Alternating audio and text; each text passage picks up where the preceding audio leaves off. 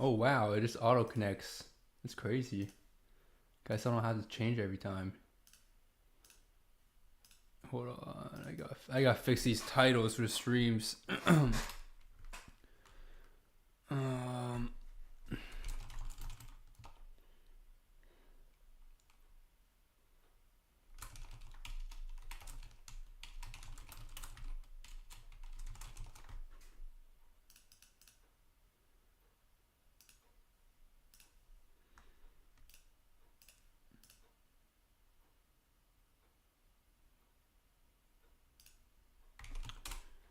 let's see if the stream's on right now. Should be.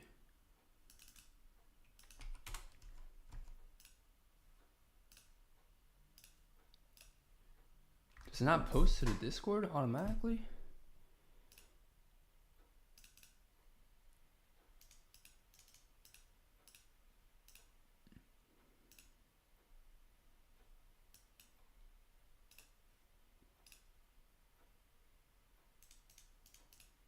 Wait, hold on. I can't hear my Discord. What?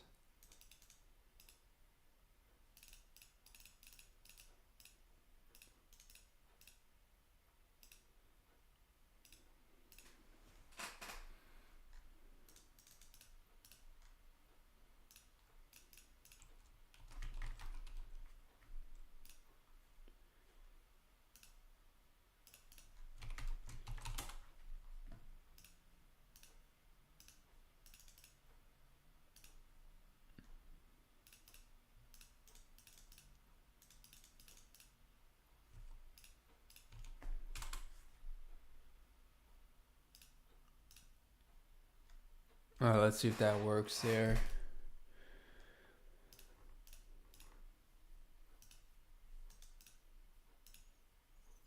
Man, today was just like, there was nothing today, man. In terms of setups. I'll go over this trade I took.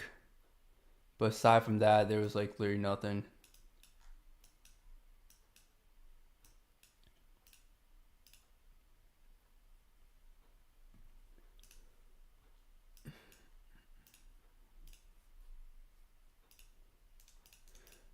And I was actually thinking to myself the other day, I was just like, because I was thinking people get off work.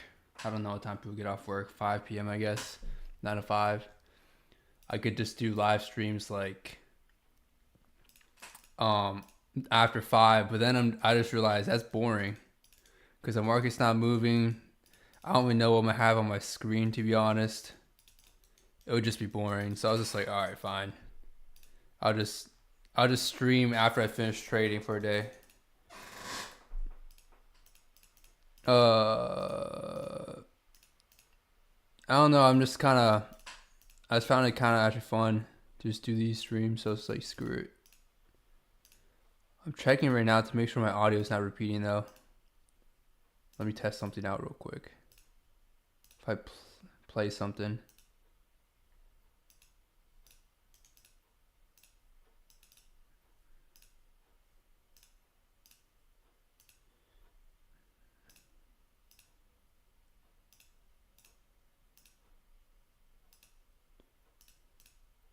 Oh, nice. So there's like no lag today. Perfect.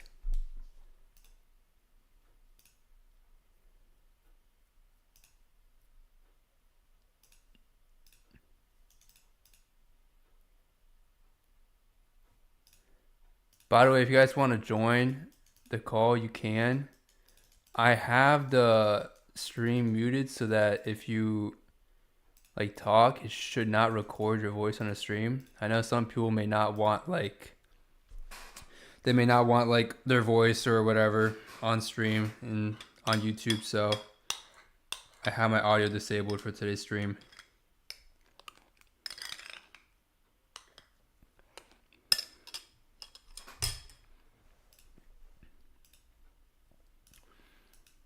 But there's like no setups today, man. Today's one of those days where we have what I call just a straight trend day. I've made videos in the course discussing this. This is one of my bad market conditions in terms of for my model at least. I don't really trade internal continuations often. It's pretty rare for me. The only type of internal continuation I do trade is like a stop hunter, which was what this setup was here.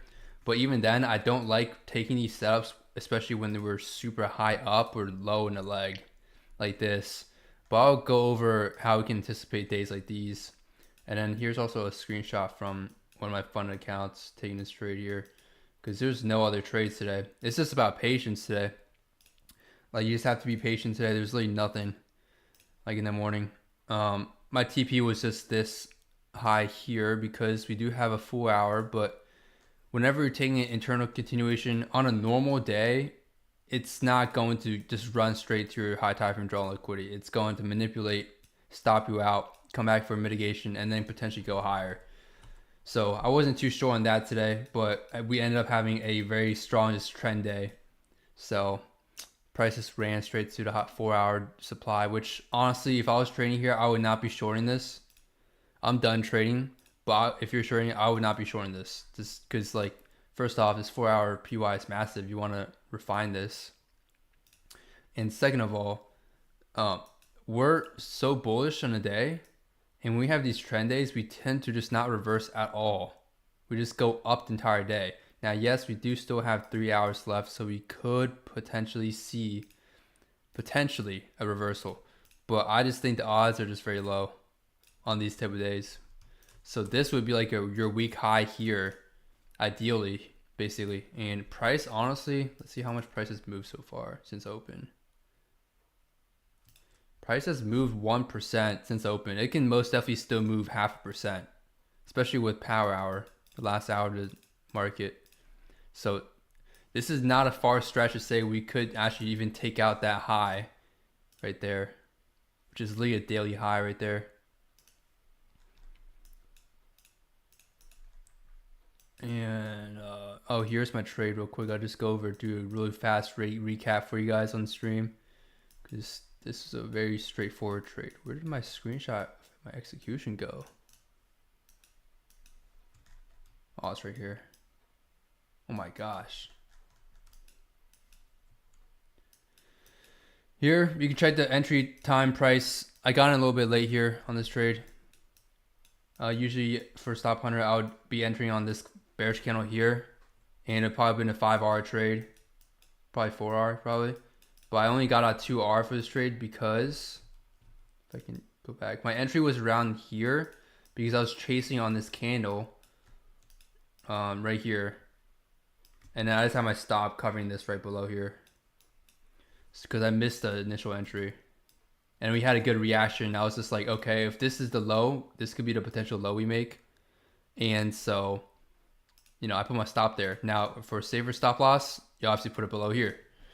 But for the mitigation of the next PY, that would be your safe stop loss. I feel like a lot of people are not trading today because, I mean, I'm assuming a lot of people probably got off the charts by this time after seeing what prices is doing. It's just going in one direction. These days, it's like 10%.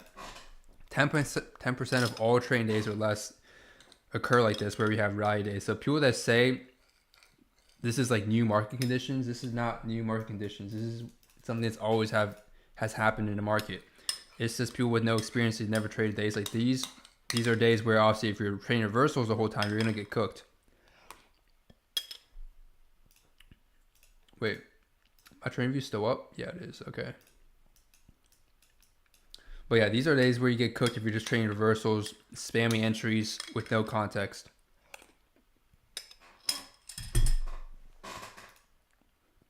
There's an NQ trade here.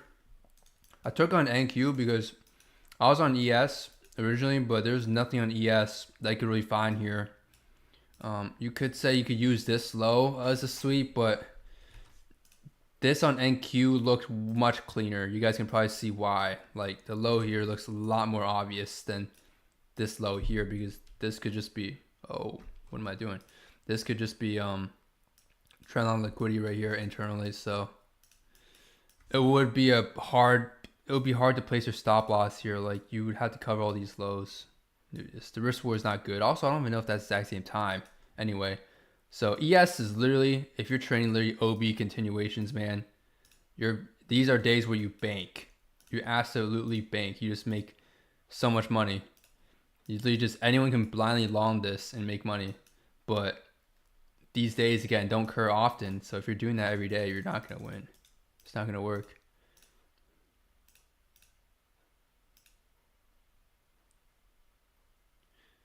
I need to change the title of this stream.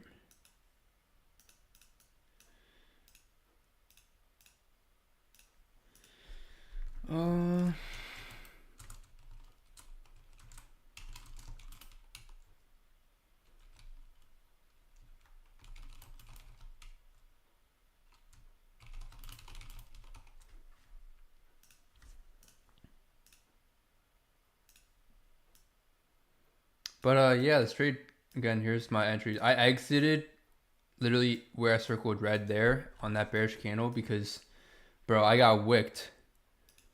Like I have my TP slightly above this line here, which was, like I said, the swing high right here, and it did not hit my TP. I literally missed it by like 1 or 2 ticks. So I just mainly closed once I saw price going against me, which obviously is not what I should be doing. But I kind of got unlucky with my TP there. So didn't straightly follow my plan today here on this trade. Usually I'll just hold, or I'm supposed to hold based on my system. But the fact that, I mean, I'm buying so high up in a leg, to me, on a normal day, this would not work. So it worked out today because we have a rally day today. So you guys can see my exit price was slightly worse. It was around here, 0.75. Right on this bearish 1 minute candle. That's when I exited. So I made 2 risk reward instead of 3 basically on this trade. I put my stop loss back to where it was. If I am trying to see like where I think the market could go, again, like I said, there's no trades, man. Like, I mean, unless here, the thing is, I will take a trade. I think I'll take a trade today later. If we take out this high, yes, this is a pro trend sweep. So I'll be just doing a quick scalp trade if we do take out this high they're on stream. So if we take out that high, I'll set alert here just in case on NQ and ES. Yes, whichever one gets closest to the high. This is a high from 2 days ago or so. I'll set alert there because if I get off stream, I'll just come back if I do get that alert. But basically, that'll be the gist here for my trading idea. I'm not interested in longing here. You can long here to the drawn liquidity here, since technically today's a trend day. That's what it seems like it's playing out, but there's no entries so far for me here. Again, you could take OB continuations. This one would have worked out perfectly. Look at this. To the tick. If you just took this. But again, on a normal day, this won't work. So you can see that would have been perfect. 2.7 risk reward. I'm hoping to see if we can get a stop hunter set up to go long here potentially. But preferably, if we could take out that high, I'm going to look for a quick scalp. And the reason why I'm scalping is because this is a counter trend sweep. You can't, the probability of having an actual structural move is much lower. So if you take out that high, I'll see if we can get like an IFG or something I could take a entry off of. It really depends. I mean, if we just like push straight through the high with momentum and it goes like past the high too much, like if we just displace this over this highway too much, I probably won't take it. So we'll see if we get this on the stream or not. And I'm not gonna be taking this on my personal. This is just gonna be probably taking on a funded.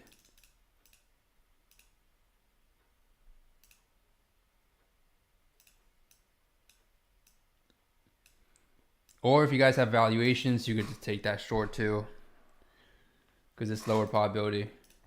But aside from that, there's no trade so far. You can see the FAR did now hold. You have to also refine this PY too. I'm also, I should probably check the news, see if anything else on financial juice came out. I don't think today was moved based on news. I'm pretty certain there's no news that pumped today. Oh. It came out green. But the candle was so small, I didn't even notice it. Okay. So here we have red folder news. It's not major red folder news because it's just JOLTS job openings. Like major red folder would be like FOMC, things of that nature. But we did have JOLTS job openings. I'm gonna see if I can get a screenshot here on the chart right now for you guys. We had news come out at 10, but again, this candle is so tiny. I couldn't even realize. No one realized this was news if you're just on the chart.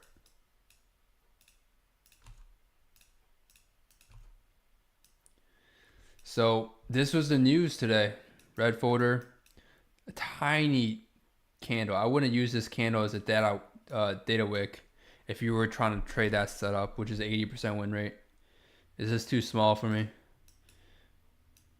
And it's not one of those specific economic news releases I talked about in the video I made in the course. You guys know the exact specific ones you're looking for, which is like, if I remember correctly, you have CPI, PPI, FOMC. Those tend to give bigger wicks.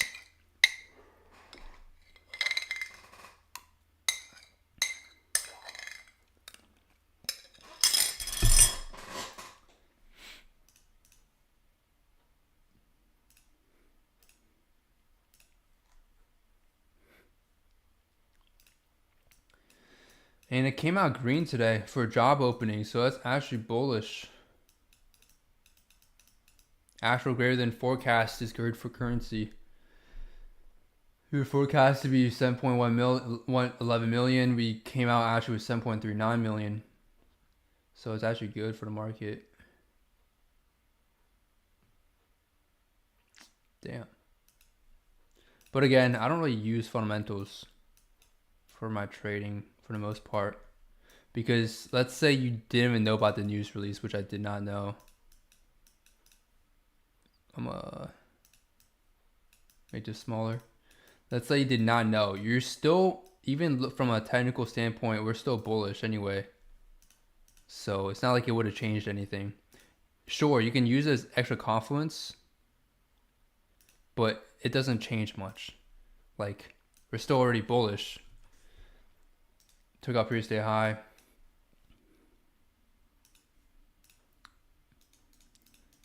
Hey man, yeah, it's on the YouTube. I send a link to live stream. Yeah, you can tag you if you want. I don't have it shared on Discord because it might lag my screen or glitch out. It's just easier to have it on YouTube.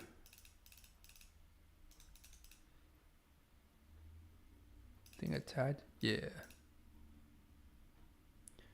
Sebastian, sorry, I'm just reading the chat now. I didn't read.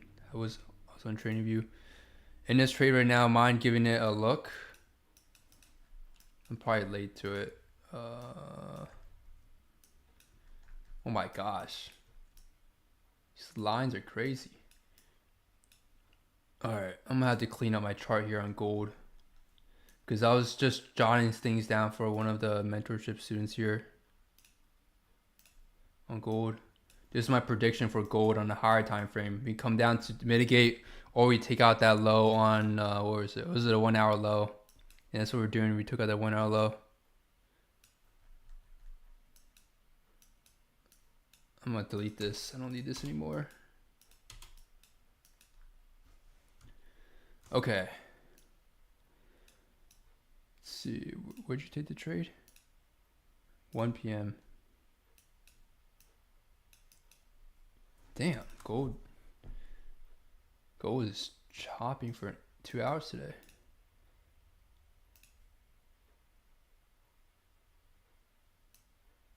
Okay, I see. So you took this PY here, I assume. Yep. Go on the 5 minute. Again, you guys should cycle your time frames. I recommend don't just stay on the lower time frame, especially if you don't have experience like I do. Highly recommend staying on the higher or changing time frames, cycling through until everything's clear. It's just that I do it much faster, so people think I'm always on the 1 minute, but I'm not. So this would be where price is likely going towards right now for gold. That's also within the 5 minute. And I'm actually glad you didn't take any trade. I'm surprised you didn't get chopped up here earlier. But if you just got on the chart, then yeah, this would be a good trade here. This would be your entry, stop loss, and TP. Ideally, you would be TPing there at the 15 minute here. Do you see? Let's see. Do we see anything? So everything is fully mitigated. Yeah, everything looks fully mitigated to me here. Well, an indicator's not drawing out everything, so everything's fully mitigated here. You could even target these highs if you want, but at that point, I just target a PY right there for at the 15 minute if you're long gold. But yeah, you are right. You said one thing. What you said, if we take out this high, since we've developed new structure here for so long, yes, we still have this old structure here, but since we are not delivering like normally towards this PY, we could see something where we take out this high, respect it, come back down, and then come back to the 15 minute. If that makes sense. Now, would I short this on gold here? Probably not, because this is low probability. It's high probability to wait for this here to come back to long. If you already TP'd, you could just like end your day there. How much was this? 3.5. I mean, 3.5 is already good to end the day.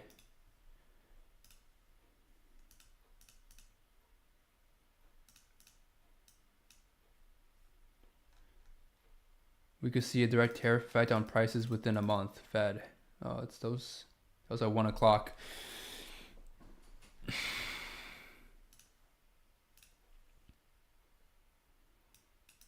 But yeah, I mean, it'll be smart, honestly, to TP like at the high here instead of this. Just because if this was during kill zone, I honestly would probably have my TP up there. You can expect more volatility. I mean, we still have solid volatility here on gold, but obviously it's not the same as which we had on the opening. If we were looking at other trades people could have taken, you probably taken a short here. If you scalped it, you'd be good. Because that's in premium.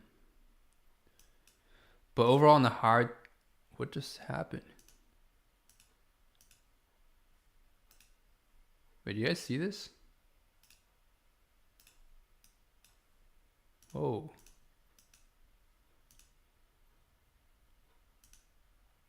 This symbol doesn't exist. Wait, what just happened? Hold on.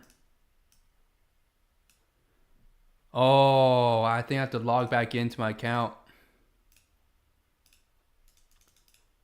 Wait. No, it's fine here. That's weird. I have to log back into my personal account because I pay for live data through there. So I think that's why TradingView probably just glitched. Obviously not gonna log in live my details on stream. Alright, we'll just have to stick with this. I'll just use this. Let me see if I can go back to gold though. Oh, I might have to just get off stream and log back in to fix this data. Yeah.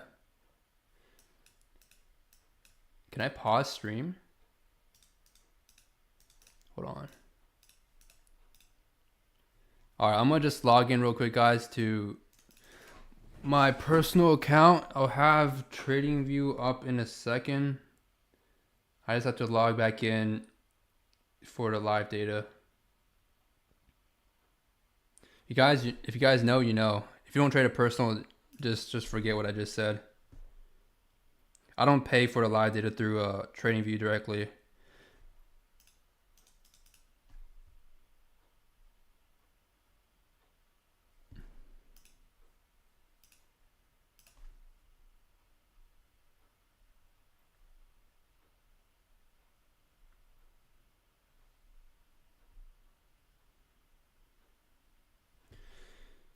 Give me a second, y'all.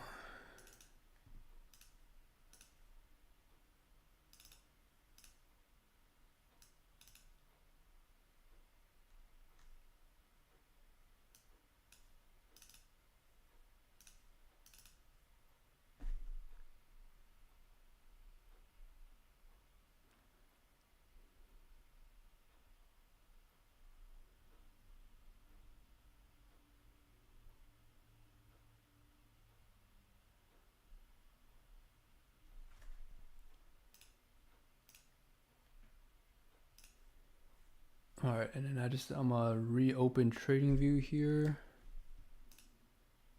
And it should connect back. Let's see.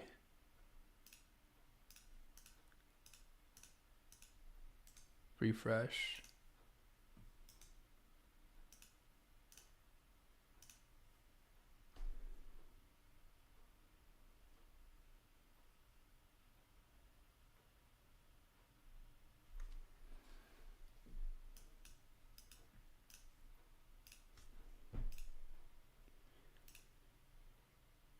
Someone sent a chat. Need an MT5 EA coder? I'm good. I don't trade on MetaTrader. I'm good.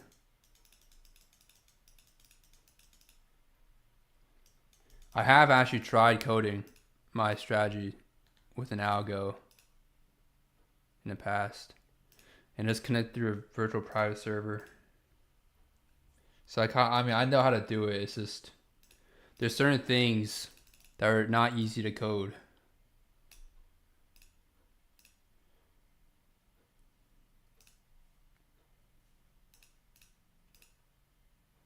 Like for example, days like this where we just rally, it's not easy to mechanically find a way for a robot to mechanically define that and adjust its parameters so it doesn't take every single supply or POI.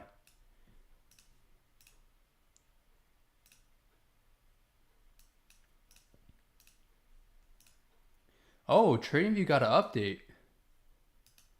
Oh snap, that might be also why. My TradingView colors has changed on top.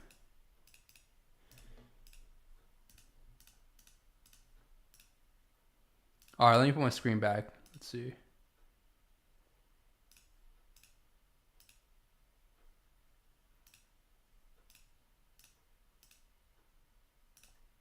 All right, can you guys see my screen now on TradingView?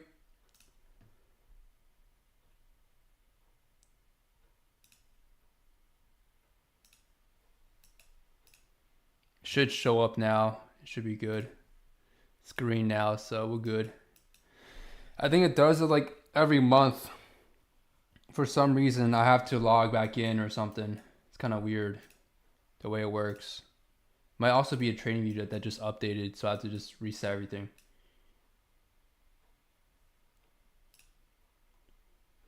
It's actually 4 risk to reward. Oh, okay. Wait. I didn't put my entry precise enough. Yeah. Oh yeah, 4.3. Yeah.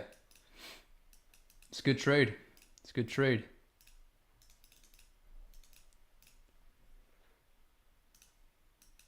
Let's go back on ES. I want to see what is ES doing. It's still, I mean, getting closer to the high. We're actually 33%. How about NQ? Let's see, NQ. Still 0.60 away on NQ to go for the high.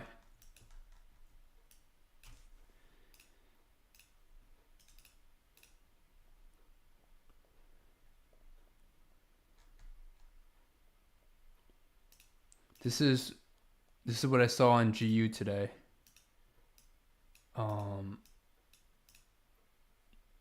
GU. I haven't looked at GU in basically forever. But I mean, from your screenshot, yeah, entry looks good, man. Should make an external base all the way up there. What is are you anticipating internal sweep after mitigation that POI had it marked before? I thought it was gonna happen. My TP got hit on gold. Would not want to aim for the high or only TP at dollars good? I wouldn't want to get it caught. Yeah, Sebastian, that's a good way to see it. Especially if price doesn't straight push through this, since this is all fully mitigated, there's a higher chance we do come back.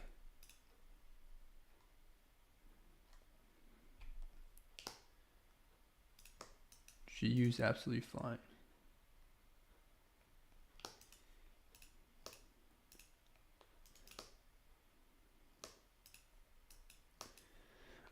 If I go back to ES and let's say people were Let's see how many times you would have lost if you're just taking like spammy entries against the trend today. Probably a one loss there. I don't really see anything here. I mean, probably there. 3, 4, 5. Like you would have lost 6 times in a row probably if you're just not trading with the trend today. Which at that point, it's like after I lose 4 in a row, I have to recall to make sure I'm not missing anything. But how were you able to anticipate this today? This could have happened yesterday, right? Because yesterday we were down here and we had this gap up. But it happened today. We won't know exactly the exact day things like this will happen where we just have a straight rally, but you can anticipate it because you can see the gap. Like I think everyone should be able to see the gap. We have this gap here. We have tons of imbalance here, and since we're bullish, we're likely to at least fill all of it and then come back up here and see what happens with price. If this is a normal day, I'd definitely be shorting this because this on a 1 hour, 4 hour, these can still create solid moves on a lower time frame to take trades off of.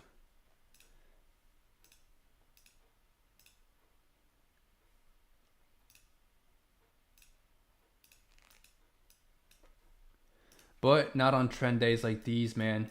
You just want to be trading with the trend, and I don't have really. I just don't like taking internal OB continuations. You can if you want these days. I know there's someone in the group that actually only trades internal OB continuations. I think it's like last time he spoke to me, it was a 50% win rate at like 2 risk reward, 2 to 3, which is still pretty good.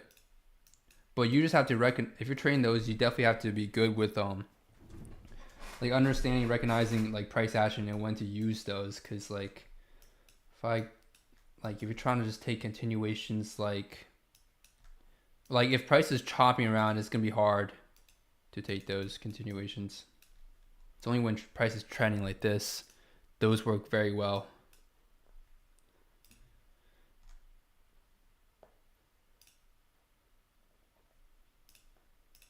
What else do you guys want to see on the streams? Maybe I should like do something else on streams. I'm expecting gold to be bullish the next days, weeks after the inducement. What do you think? Yeah, that's what I was that's literally what I was showing to that's what I was showing to one of the mentorship students. He asked me in DMs. I already deleted the drawing. You can go back in the stream. I had it marked out, basically taking out this low here. This would be 1 hour inducement here. And I was telling him that this inducement up here is not 1 hour inducement. That is basically, well, actually, I mean, it could be if you want to view it like that, but that is more so lower time frame inducement. So you can have inducement, but usually my mechanical rule I like to follow is you only have one inducement per time frame, if that makes sense. So yeah, after taking this out, this low high time frame for sure, you can see gold being bullish. Can we come back down here and then go up? Yes, we can. I just think personally, this is too far away in price for, like, this PY is just too far away for us to come all the way back down here to then continue higher when we already have liquidity right here. So I do think we'll just reverse to the upside from here on a higher time frame.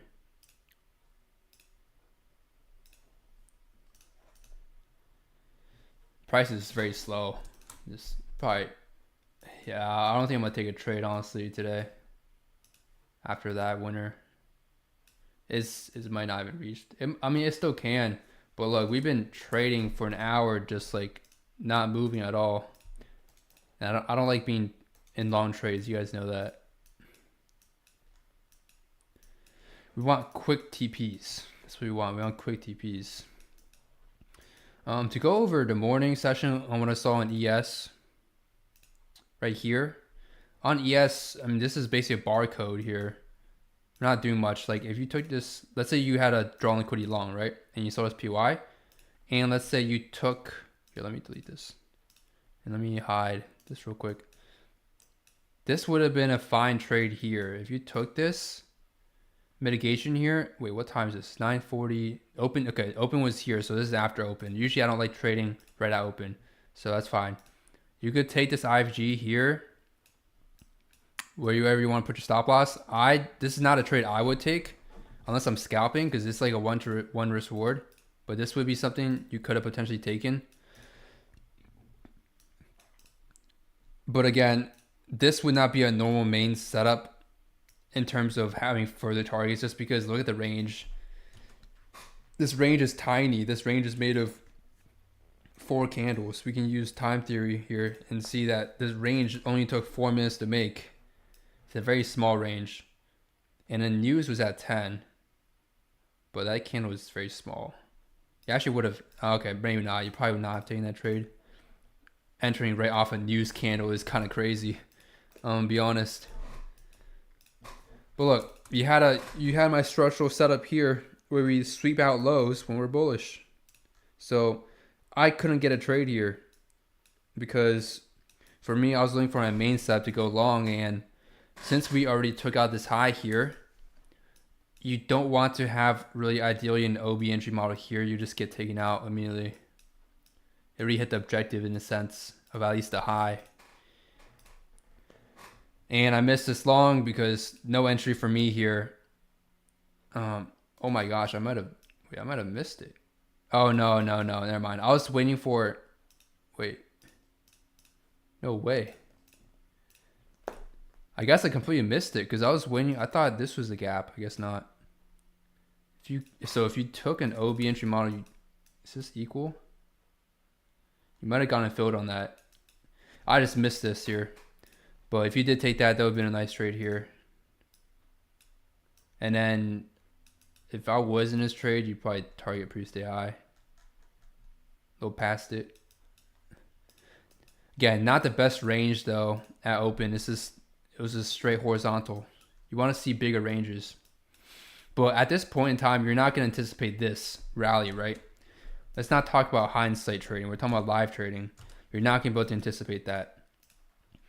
Now, once you get to like here where you start realizing it's been an hour and price has already taken out pre-stay high and it has not reversed at all, then you could say at that point, there's a much higher probability price would just have a rally day because we have this imbalance. Now, look, if we didn't have this imbalance here, I would not be anticipating any rally day at all. You could go short pre-stay high. But since we have that huge imbalance and we're bullish, it's kind of like double confluence. Damn. Still can't believe I missed that. If you took IFEG, I see this.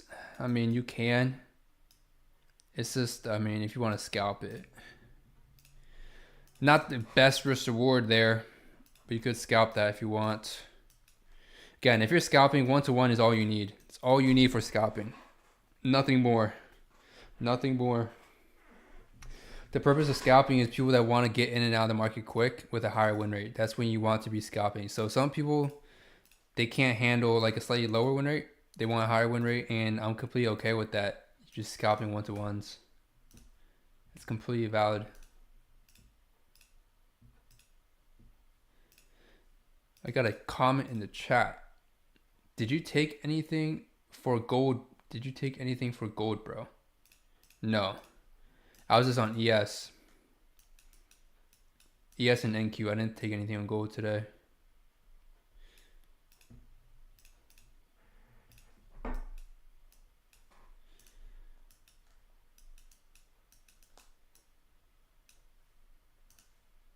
We still have like 3 hours till market close.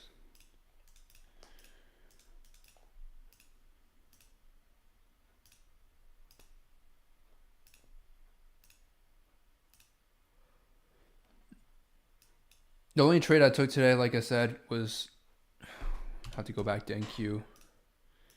NQ was just clear to me for the stop 100 setup. I actually have a video on this setup, so you can go watch that. And you can check executions right there. I entered, I exited a little bit kind of late on the TP, unfortunately. So only got 2R out of it instead of 3 or 3.6-ish.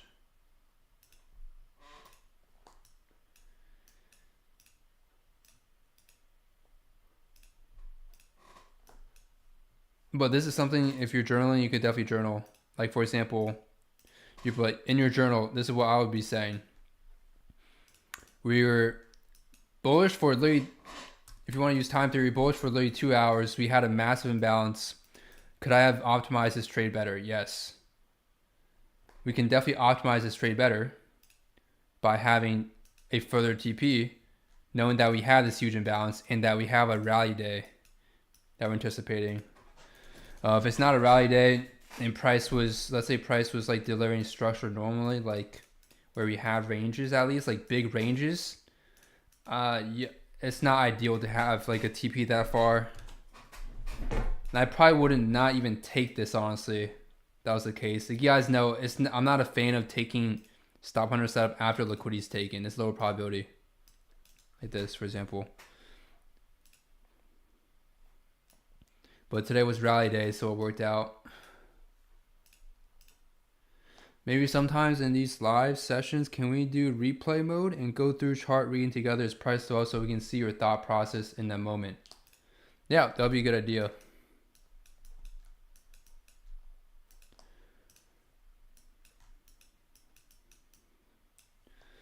What else do you guys want me to check out or see? Are you guys taking any trades right now? Are you guys, anyone actively actually trading still?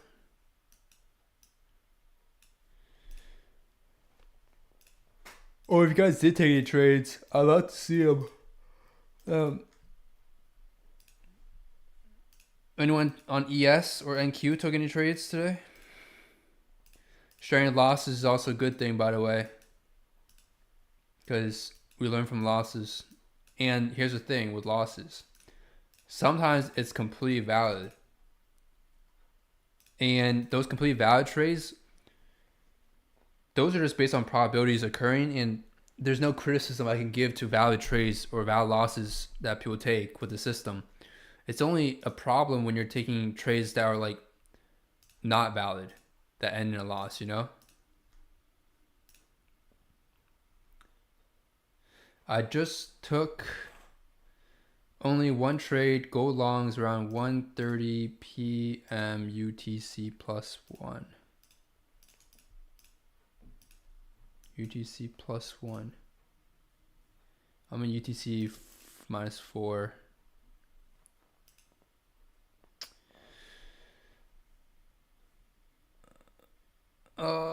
What's the conversion there?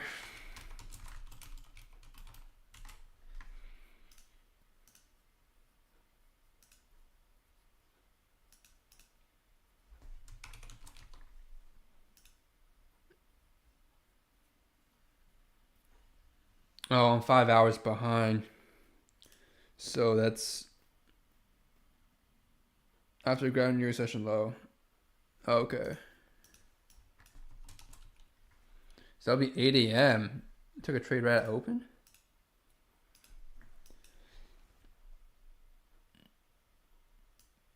Oh, I see. Then you're talking about this.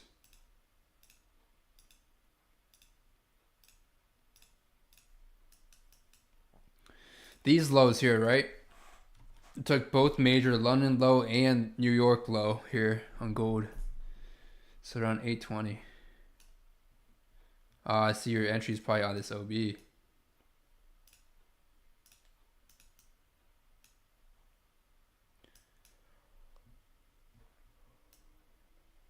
Oh, if you had an aggressive stop loss, it would have been there.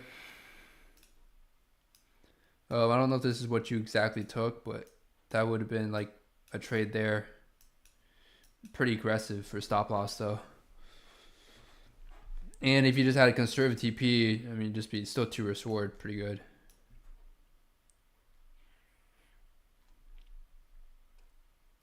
And again, this is why high time frame is also important, because guys, look, if we have our draw liquidity of this inducement here, you taking this is a counter trend setup because we're bearish for now. But if you want to play pro trend, you wait for these highs to sweep because your draw liquidity is lower. And then you would then just short this. Like this would have been the trade here. And even if you had a conservative TP, I mean, it's fine. Depending on if you manage to break even there. I don't think there was a place you break even here. Break even is pretty tight. There is actually somewhere you could break even right here. But here would be a further break even. But for me, you guys know, typically A+ setups, when we have sweeps like this, and we have a clear draw and liquidity on the other side, I don't usually break even. I let it run. And you can see gold is taking forever to hit the 15-minute, as you can see right here. Because we have low volatility right now, because of time. We're way outside kill zone timing. And don't get me wrong, there's times where we have great volatility on gold, like even after 11:30, because gold usually it has like solid volatility till 2 p.m. That was just from my old back testing I did a long time ago. And then I think there's another asset. Oh, it was oil. Yeah. But I don't trade oil anymore. I can't trade too many things at once.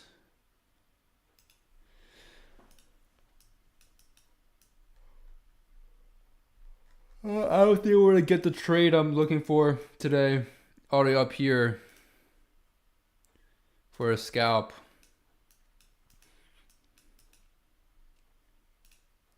Yeah, I don't think we have any news coming out later today too.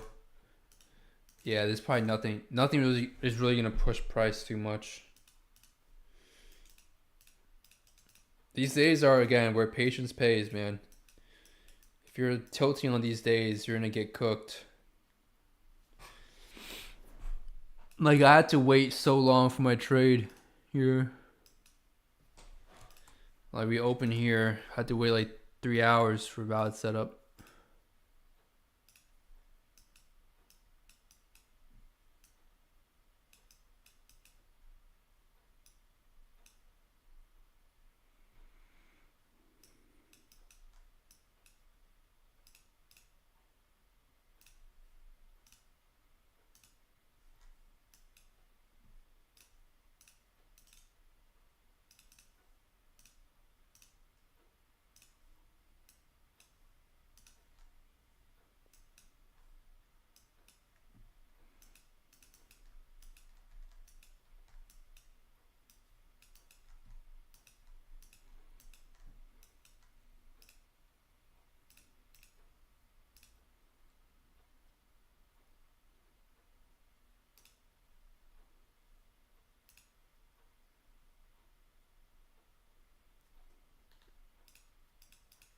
We have a question in chat. Do you just full-time trade for the time being? What does that mean? For the time being. I don't have a job, if that's what you mean. I literally have no work. This is all I do in the morning, and then I just live life.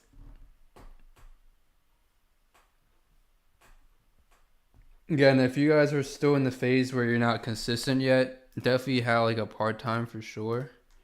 Because, like, let's be honest, you're not going to be trading for 8 hours a day, like actively trading. You could be learning, but like, what are you going to do?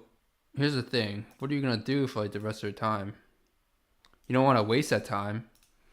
It's better to have some sort of income on the side of a part-time job.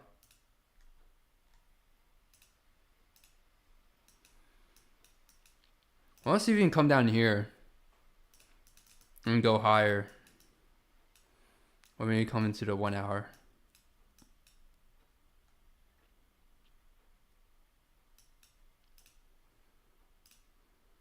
I took this trade yesterday. All right, let's check this out. 8:45 p.m.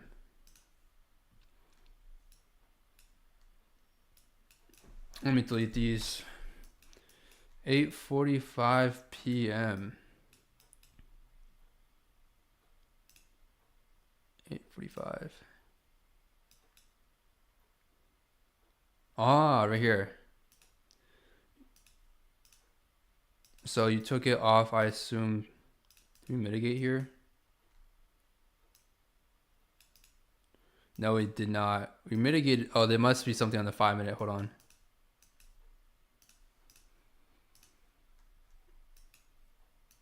Yeah. Okay, see, there's something on 5-minute right there.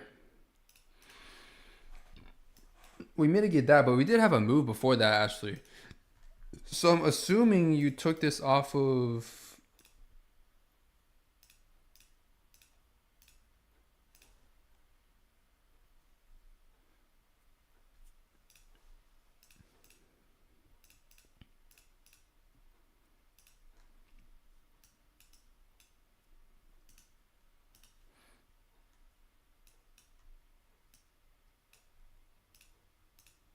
Oh, I'm just making sure this is the right time. Yeah, it is. 8.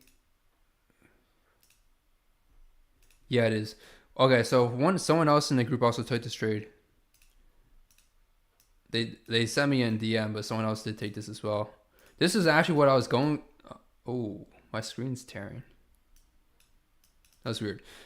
This is something I was going over with him, and I'll explain briefly. If you're on a lower time frame, this would be a completely valid setup. So a valid loss. Now, if you went to the higher time frame, that's what I told him. You look at where we mitigated in terms of POI. Do you see how we hit a 1 hour here?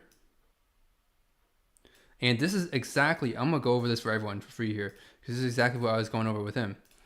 That's why we mark out our higher time frame POIs as well. Sorry, you guys can probably ignore the other stuff on the chart. This is what I was going over with him as well, because look at this 1 hour POI. You see we have 1 hour POIs here and here as well. Even though we were bullish, right? We were bullish. Look at the reaction we had from these 1 hour POIs. How big is this? A 2% drop. That's a lot. We had a 3% drop almost here. That took out a low, even though we're bullish. So you can see how, even though we are bullish, when we mitigate high time frame POIs are valid like these, like 1, 2, 3, even 4 up here, you can expect very big moves on a lower time frame, but you have to understand factually, on the higher time frame, they may not seem like huge, big moves, but on a lower time frame, they are. Like if we go back to, let's go back here real quick for you guys.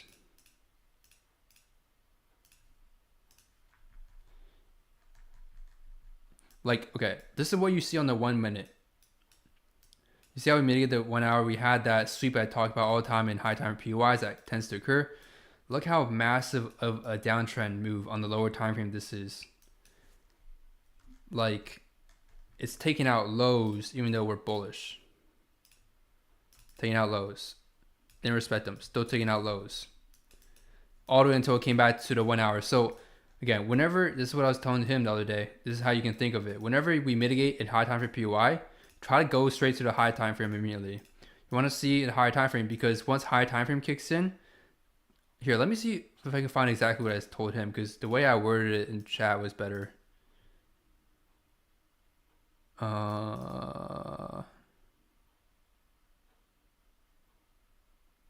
see, where was it? Because the high time frame kicked in, you want to switch to the higher time frame for higher probability areas. If this was, for example, a 1 minute or 5 minute POI, you don't need to switch really. You can stay on the lower time frame and take a normal setup. But since we hit the high time frame, you ideally want to go to the high time frame because that means the high time frame is now kicking in. Does that make sense? Like, yes, your long could still for sure work there. It's just lower probability, that's all.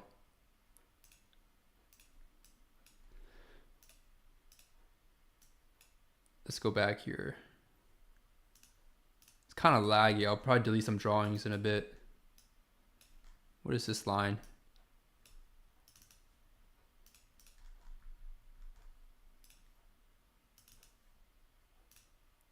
We'll keep at 150.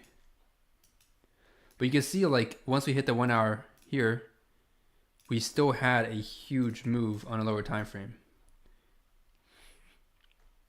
And so an ideal long once we hit that 1 hour would be to wait for liquidity to sweep. Or in this case, at least the 1 hour inducement here technically. Just because the high time frame kicked in. And your range here on the higher time frame would be like, I mean, you could draw from here to here, or you could draw from here to here. This is somewhat subjective. It's not easy to mechanically define, but try to find areas where, like, if you identify that low as inducement, this would be your 50% level range here, because you want to draw from the low or high right before that inducement, which is right there.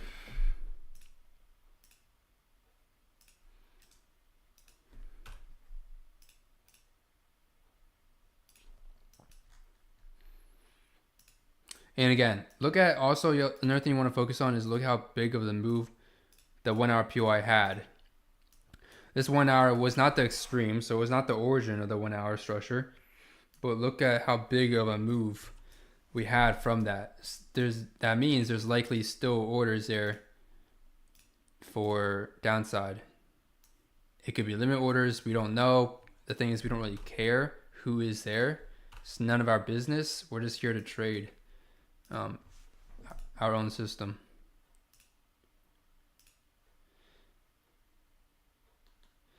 Quick psychology question. Did you ever struggle with hesitating, pressing buy? Oh, 100%. 100%. I did. And I'll tell you how you can fix that. How you fix that is through confidence, and how you build confidence is through backtesting data. Once you have enough backtesting data, you not only build good habits from backtesting, but you also build confidence because you see that what you're trading actually works over the long run. You're not going to win every trade. You're not going to win like 90% of the trades. 80% is pretty unlikely too. But the point is, you'll still be able to build that confidence from backtesting to know that if you just stick to your system and take those trades when they do occur, those setups, you'll end green, essentially, right? You don't know at what point, you don't know the sequence. It could be 3 winners, 1 loser. It could be 5 losses in a row, and then you have that big winner, and that carries your account. It depends on your system.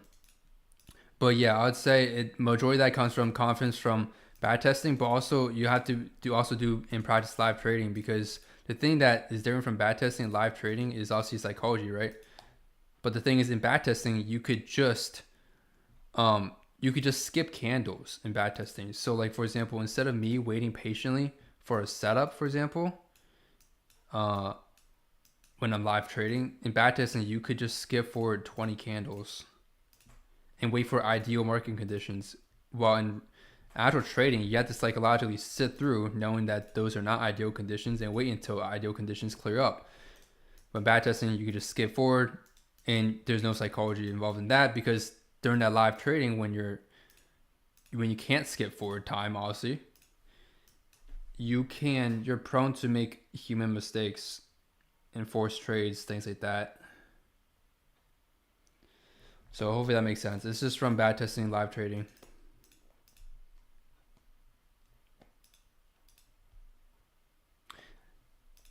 And we're talking about confirmation, like when your entry model presents itself, you hesitate.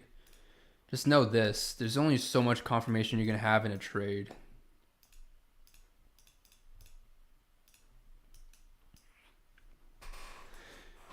There's only so much confirmation.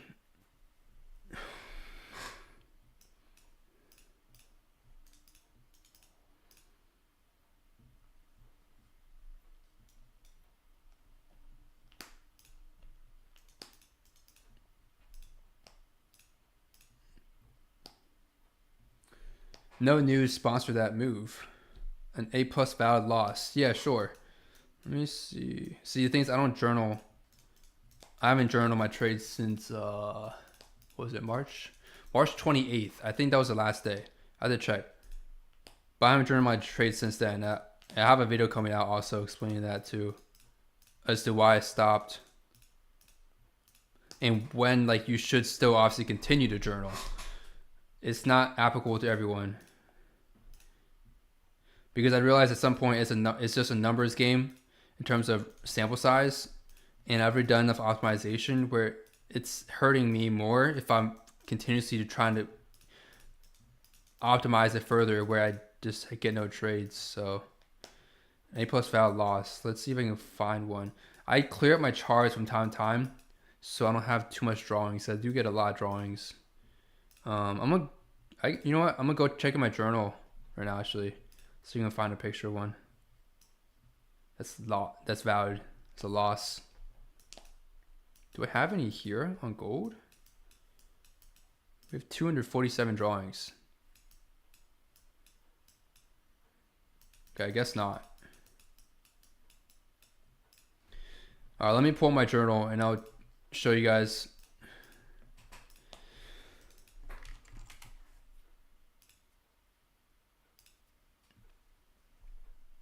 Because think about it, there's gonna be 100% A plus setups that lose. There's no way for an A plus setup to not lose or always win. It's not possible. All right, let's see.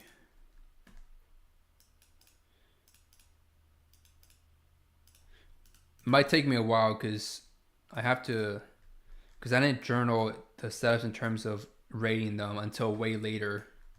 Let's see. Last day of journal was 3/19/2025. That was the last trade I took on my journal. And I'm gonna see if I can place it on the trading view.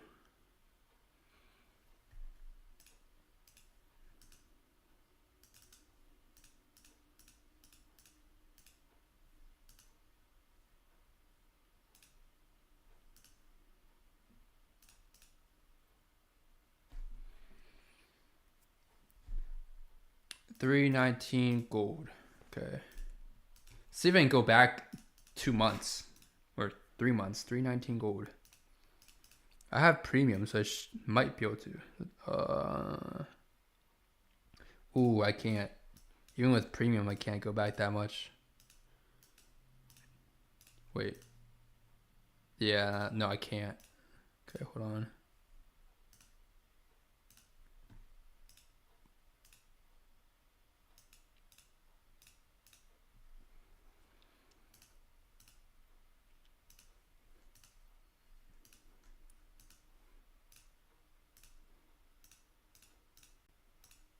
Stream is slightly delayed right now. I'm just checking it right now.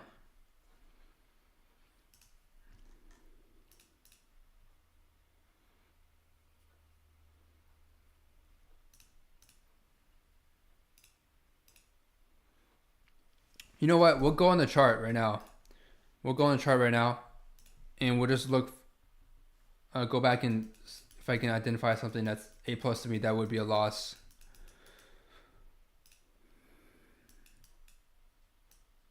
Okay, let's see.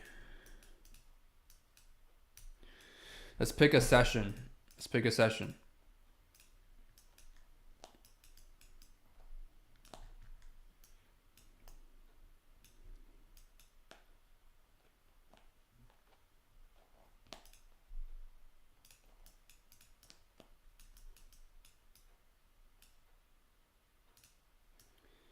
I wish I had all my previous drawings on here. It would have been so much easier. So I can show you guys a specific trade I took. Let me look through something else, see if I can find one.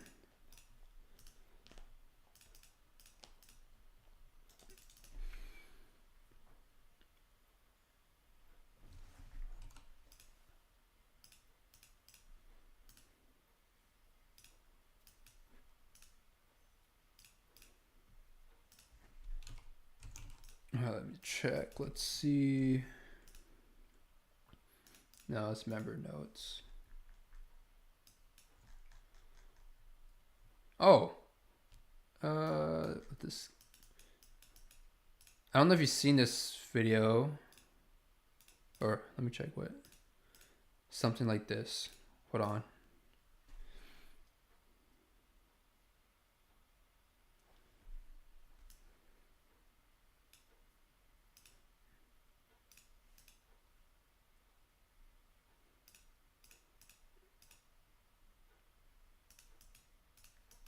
I'm just going through ES right now to see if there's anything that was A plus that lost, because I'm sure there was. I think it was. Oh, I think it was this day. Hold on.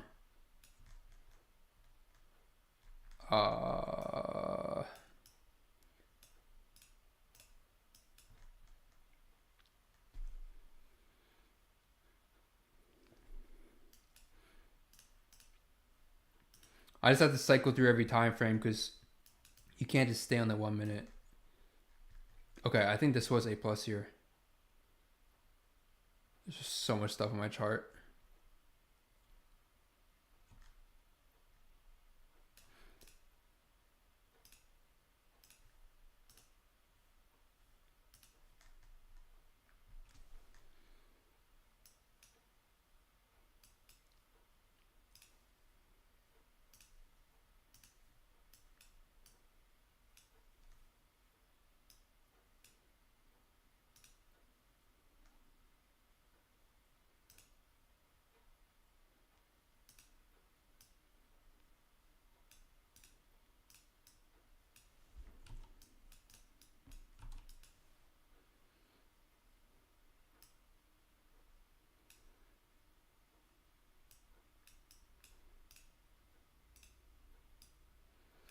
Okay, I found something.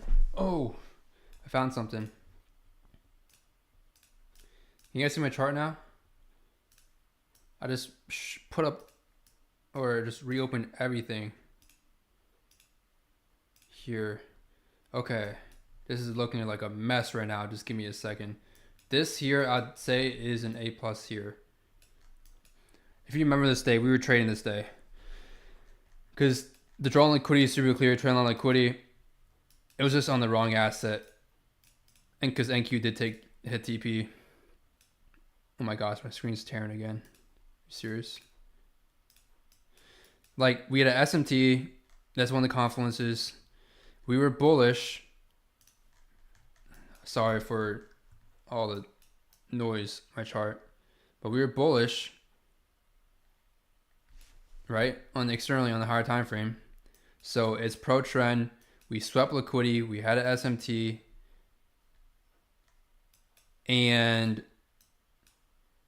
not only that, we also tapped into this PY right here. So like everything was basically, sorry, it's lagging. 5 minute PY right here. I didn't mark the time frame, but 5 minute PY right there. Everything was basically in alignment here on this day.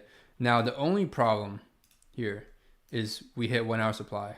That's the only problem, right? And look, this is why you guys have to check the PYs you select. Look how big of a move this PY made. Do you see this? This supply made this entire move. It caused this entire move of 3%. That's a lot. It's a huge move. So we have to factor in, because of that, you know, we likely will not go higher. But here's the thing. You can't have every confluence checked off. It's just not, okay, it's possible, sure, to have every confluence in alignment, but you're going to have so little trades in terms of like frequency of trades. You're not going to be taking many trades, right? If you need every single thing on the checklist I show you guys for the A plus setups to get checked off, you're not going to have many trades. You're going to miss out also on what you deem as low probability setups, but they still check things off the checklist, right? So I don't wait for every single thing on the checklist to check personally. You can, again, but I don't. It's not worth the risk of missing some solid trades still. So this would be an example, like I said, of basically A plus enough. Again, ignoring the counter trend because we hit 1 hour supply, that doesn't make it not A plus essentially to me. This would still be considered A plus because we had so many other confluences in alignment here. Price action just unfortunately delivered bad, man. It just delivered bad. May 28th. Look, hold on. And while we're talking, do you guys see this in gold? That's what I was saying earlier. Because of time, lower volatility, you can see if you were still holding the trade here to the 15-minute, you'll be in unrealized P&L drawdown right now. It's better to just exit at this high here instead. And then if you can get a trade back down here, you can long again to make more money. Okay, going on NQ. Because this was literally the day on NQ. We're not going to hit my trade idea today, which is taking out this high. I don't think we will. The 4-hour did hold, in fact, unfortunately. After that entire rally it held. Wow. Okay. Anyway, I'm going to show you guys May 28th. May 28th. This was my red day, by the way. I had a red day here, May 28th. Oh, it's right here. See, look. This was how it looked on NQ. This was a trend line liquidity right here on NQ, right?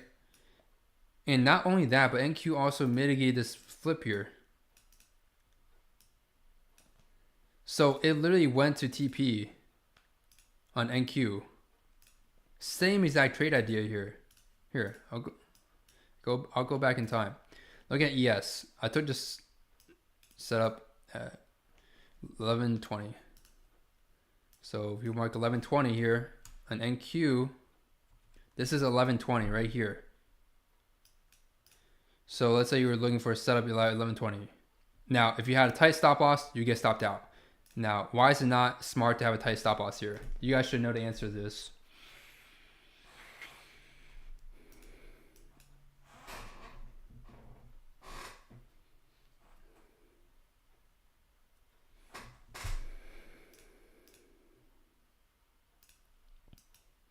And while the stream is a little delayed,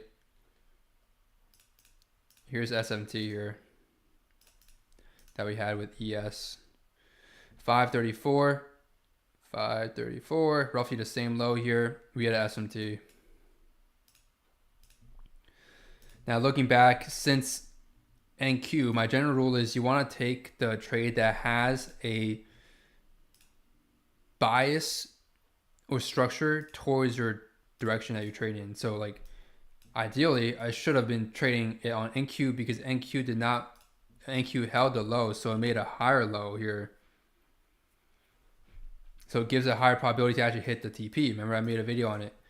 ES took down the low, so it's a lower probability. So but nonetheless, that's not the point. The point is this still should have worked. This is an A+ setup and it failed. You see how the entry on NQ would have worked. Now, are you going to hold through all this? Probably not. If you're targeting trendline liquidity right here, which is right at that high, it would have TP'd right here. Now, this was news. I'm pretty certain. Was this not news? 2 o'clock is usually news. Wait, this might not be news. I think something fundamentally came out in financial news. I can't remember. Maybe not. This does look like a news event of some sort, though, to cause that. But nonetheless, you see, it was just bad price action delivery this day. There's nothing we can do about it. Nothing we can do about it. And to answer the question, if you guys don't know the answer, the reason why we don't want to have a tight stop loss for the most part for trades like this is because of price action. Look at how price is delivering here. It's chopping up around. When it's chopping up and consolidating a ton like this, you need to give yourself more wiggle room in the trade because you can expect more manipulation. That's all it is. So that's an example of an A+ setup that failed. There's another setup I want to show real quick.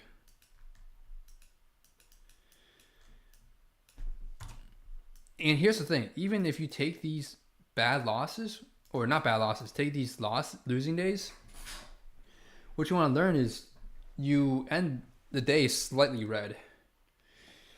So as long as you don't end the day like very red, there's nothing wrong with that to have a red day. A small red day is easy recoverable.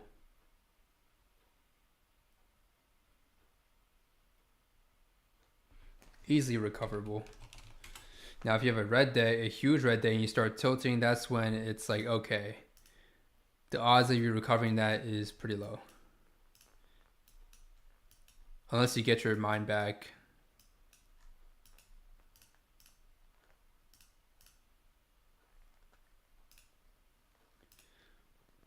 Hold on, I'm actually looking at NQ right now. Give me a second.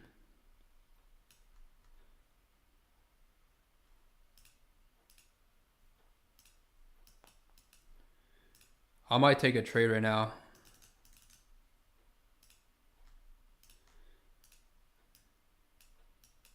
I'm not going to take it on my personal. I'll just take it on a funded account.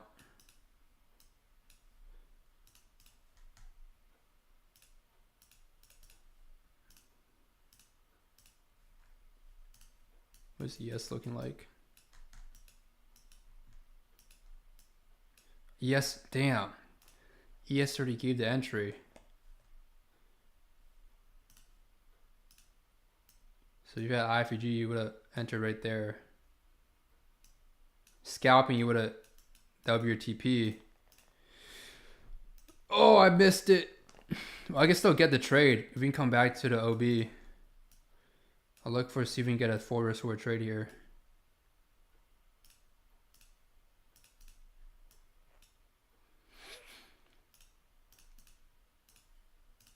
This could be inducement or liquidity sweep. It doesn't really matter here. We did hold the 4 hour though. But to me, we should still continue higher. We'll see.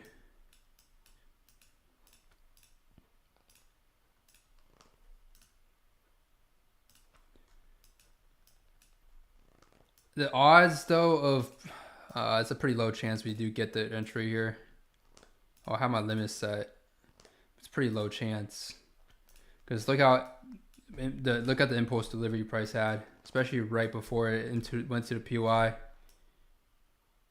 This would have been a bad. I can't take that.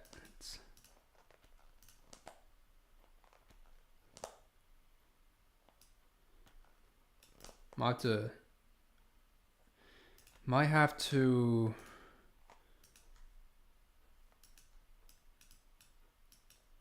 have my limit order up here on this one instead of this. 2 risk reward.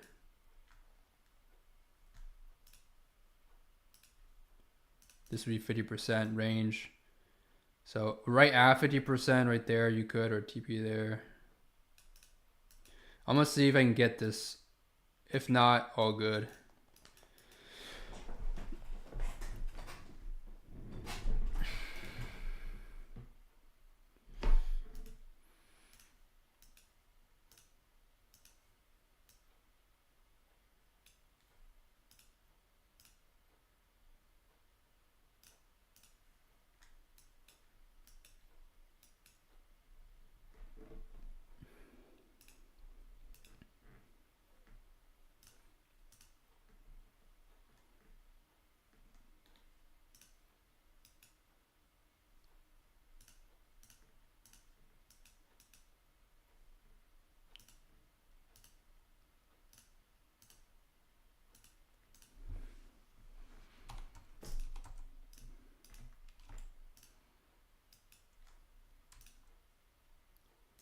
No, on ES it would just be a 1-to-1.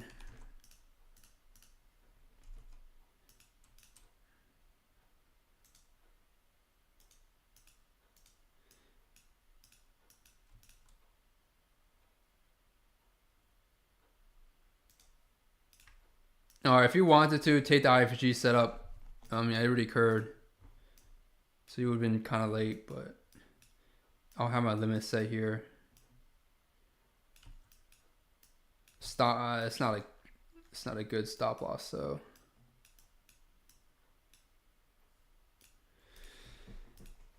Let's see if pricing pull back for me. If not, it is what it is.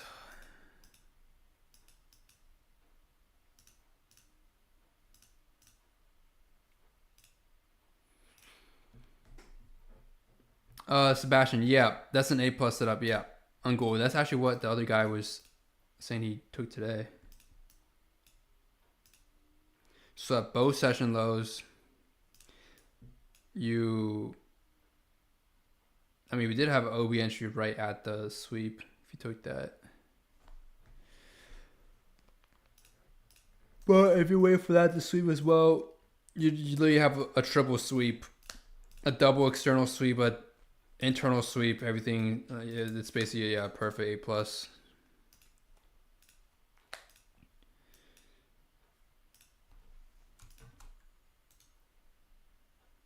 All right, I'm gonna see if I can get filled here.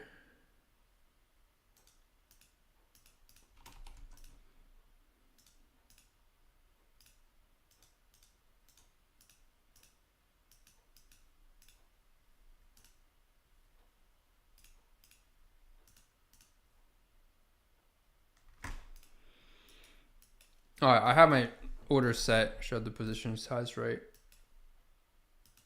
Let's talk about. This was the other A plus setup that lost. Where'd it go?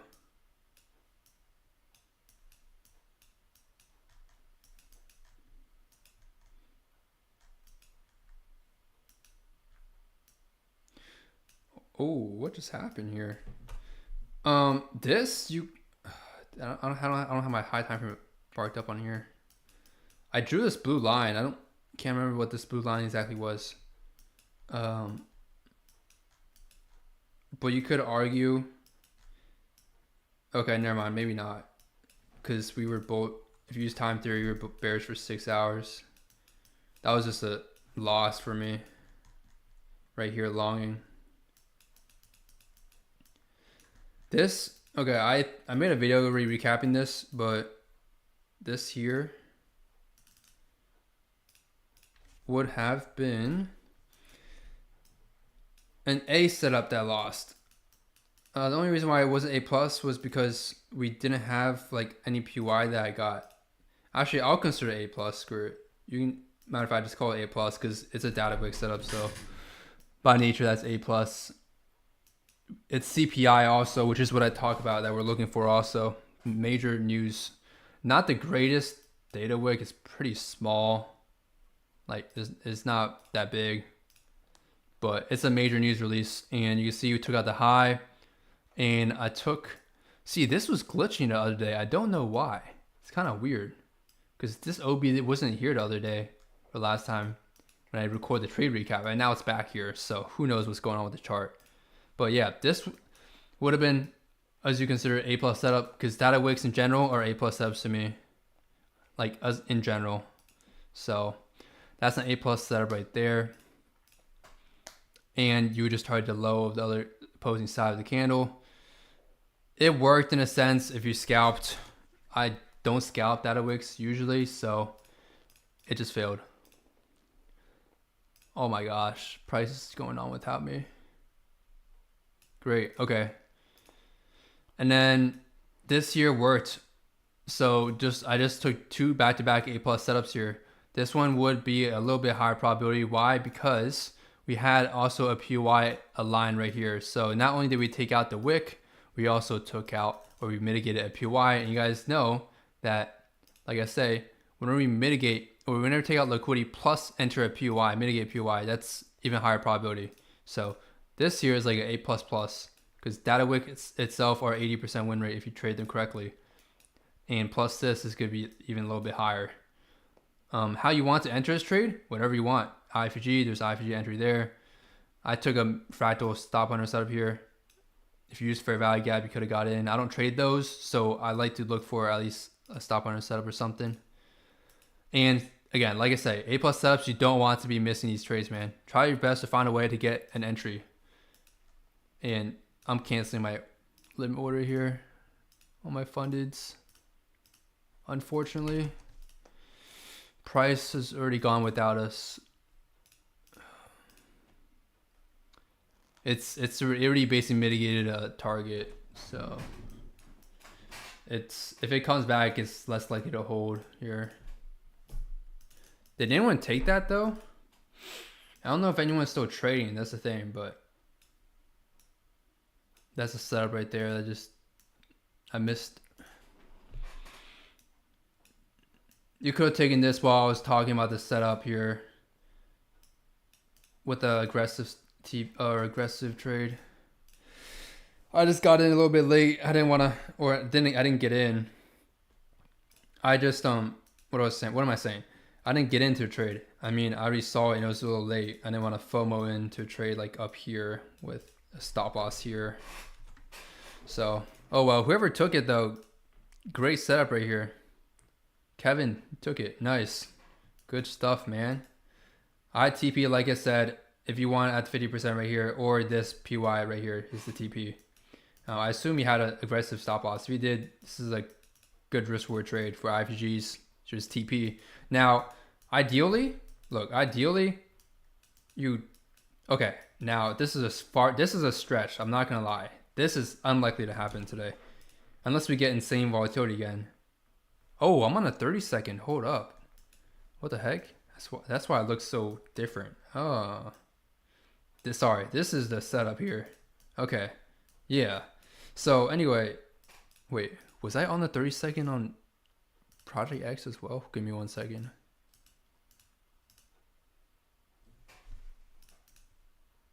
No.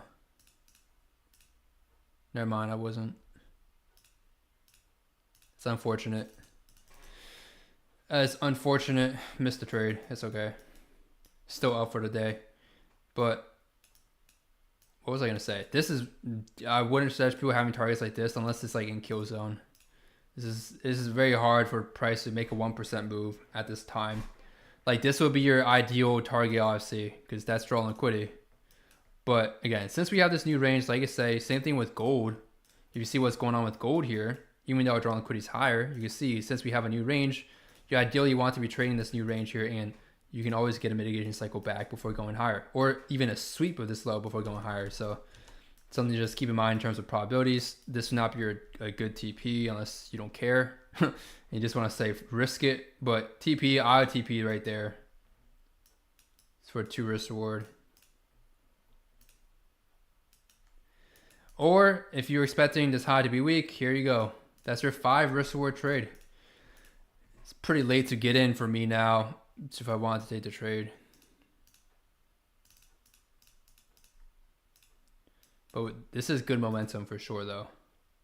Good momentum. Good price delivery. No chop, nothing like that. You can see how waiting for confirmation, we avoid taking this loss here. If you just had a limit order at that 1 hour right there, you would have just taken L. And this 1 hour, it's a 1 hour PY, right? And you can say this is inducement for that 1 hour PY. Is this that we decided to sweep liquidity here towards another PY? That's what happened here. And this other PY I drew on the 5 minute, I think. Oh, sorry, I drew on the 30 minutes right here. You could make it bigger again, or you could refine it, whatever you want. This is the 30 minute here. Again, since it's huge, I tell you guys the start of the PY is what's most important because that's when the gap is entirely filled. So you don't have to draw it that big. So if you wanted to, you could just draw this to this body candle below there if you want. And then you can refine it however you like. If you go on the 15 minute, what is this, guys? Do you guys see this? This is a POC right here on the 15 minute. Boom. POC, and this is the one minute I drew out earlier right here. So either of these would have been valid. The main thing you're looking for here would just be this sweep right here.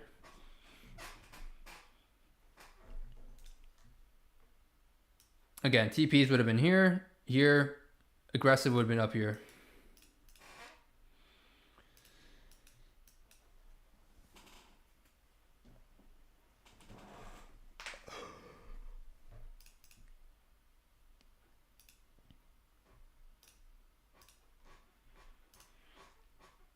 Oh, we got people joining the server.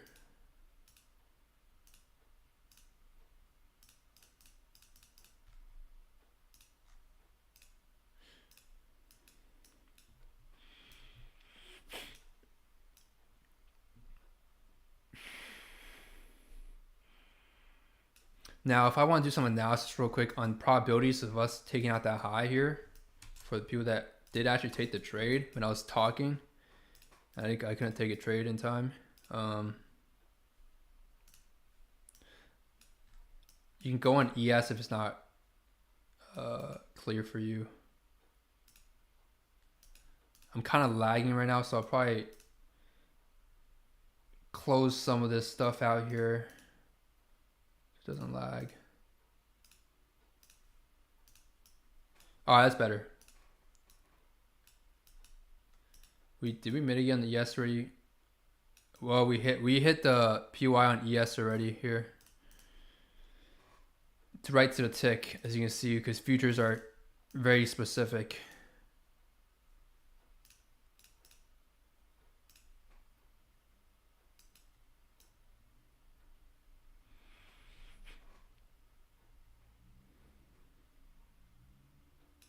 And on ES, I don't think we hit any POI, do we? Then we just swept liquidity on ES. Then we just took out these lows here. Yeah, we didn't hit the 5 minute. We just took out those lows. And you can see ES is reversing now because we mitigated already.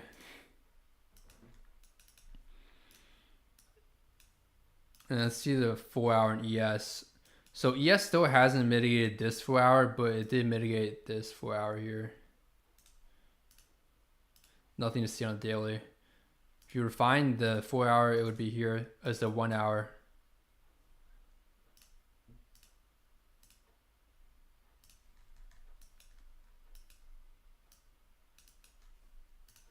So again, trades is completely up to you.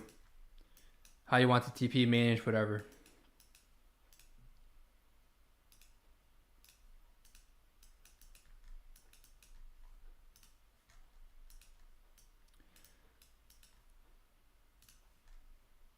For me, I'm going to say it's not entirely clear if I had to give advice or just feedback on my personal probabilities of the high or low getting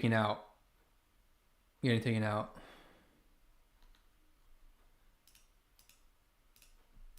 And here's the main reason, just because if you go to the, okay, remember what I said about earlier, guys?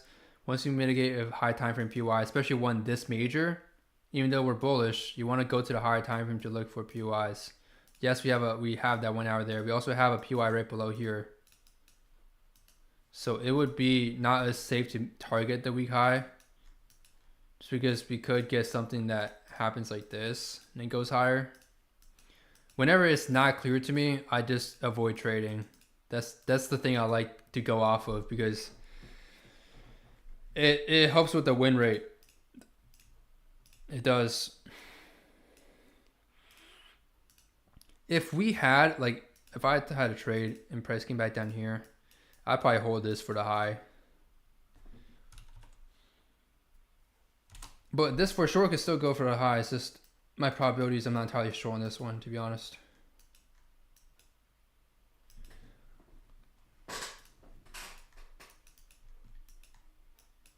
Let's see what ES is doing. This is probably a 5 minute. Yeah, it is a 5 minute. You have unmitigated 15 minute above, but that doesn't matter too much to me. This 5 minute hit got mitigated.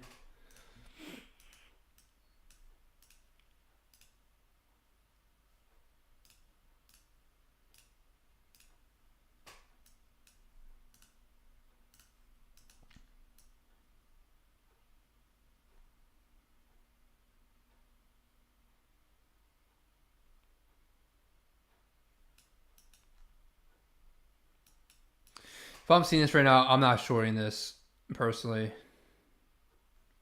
I think this is a fake reaction here. We'll see though.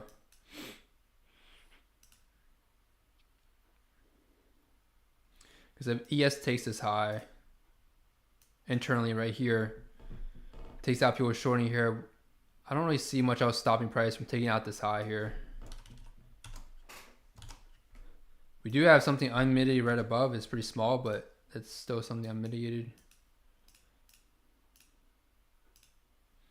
You're right. We did take out inducement. This would be inducement right here.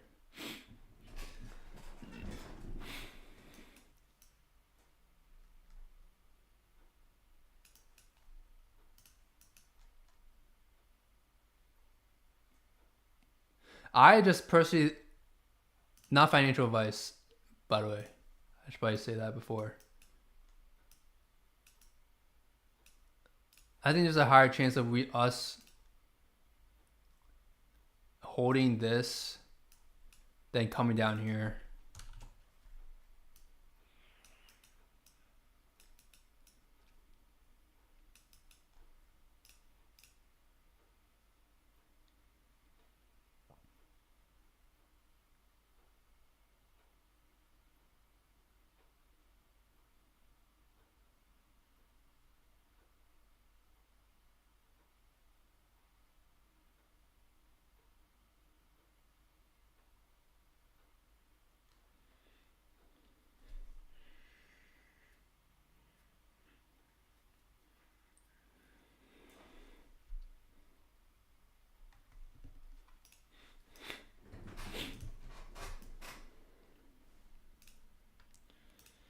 how about this? Oh, that's on NQ.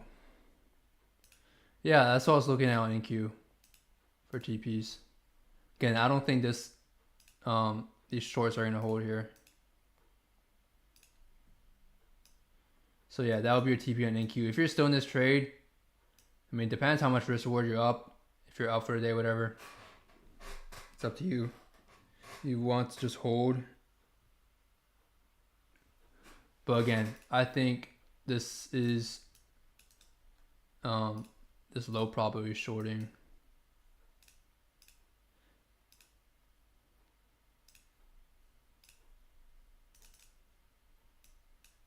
We'll see what happens though.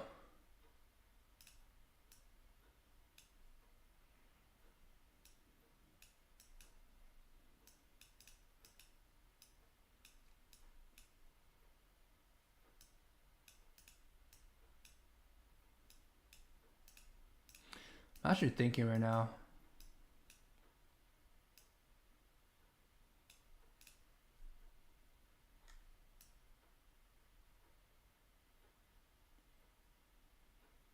If you want, you could have taken a stop under here. And that's your TP there. If you missed out on the move, I'm gonna take an entry here.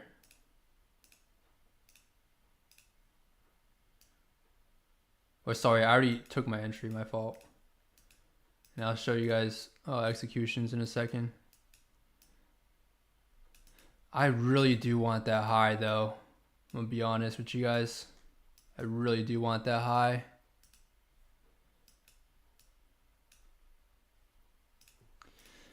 I am fiending for that high. It's just we're so late in the day. It's probably not a smart business decision.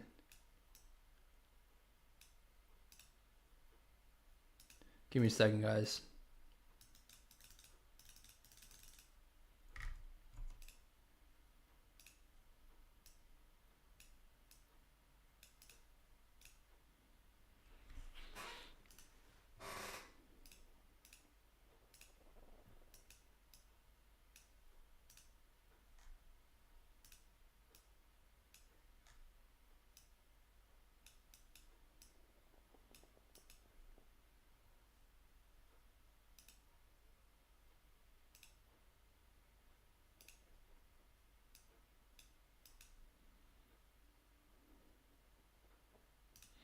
All right, now that we've done that, it's a higher probability of this long playing out here for me.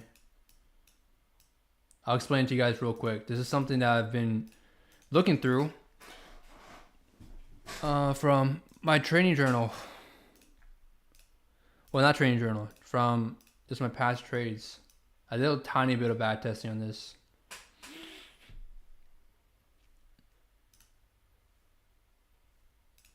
So if you guys are in this long,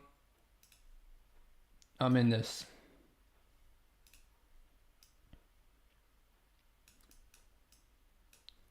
I'm still deciding right now if I want to TP at the high or not.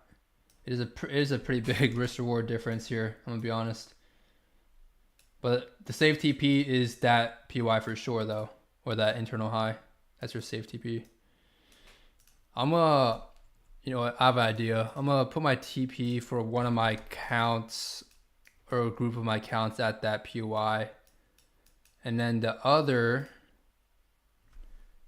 accounts, I'm gonna put my TP at the high.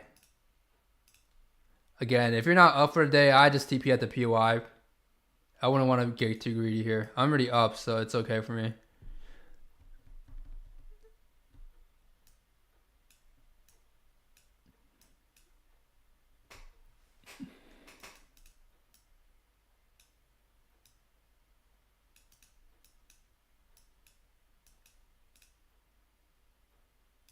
Sorry if I'm not talking. I'm low-key locked in right now, guys. Give me a second.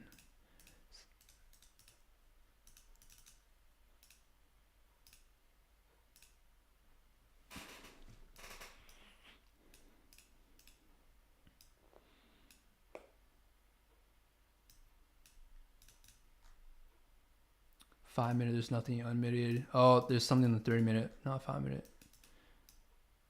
All right, I'll just TP there.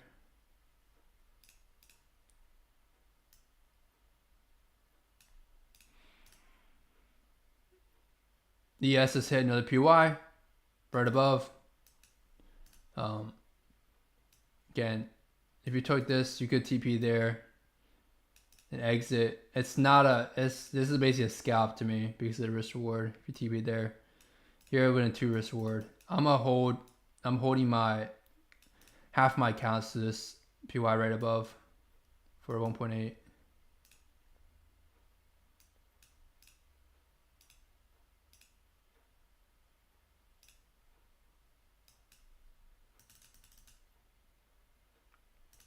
And I know the stream is delayed, guys, so just keep that in mind. I might have not set it on time, but just know that if ES does not hold this, we're 100%. Well, okay, I can't say 100%. Sorry, that's not something you should ever say in trading. 98% taking that high out. 98%. If we don't hold that PY once we get there, if we just push straight through with no entry model. I usually don't trade this late, by the way, guys. So I'm just doing this since you guys are still watching. People want to take some trades, whatever. Again, I'm not a signal bot, so take at your own risk. Don't full port accounts because I take a trade. I'm not 100% win rate. I wish I was 100% win rate. Not. Still a high win rate, but not 100%. But I think that what carries me well is the balance between my win rate and risk reward. It's not like I have 20 risk reward trades. It's just, I think the balance between the two is like above average compared to most traders.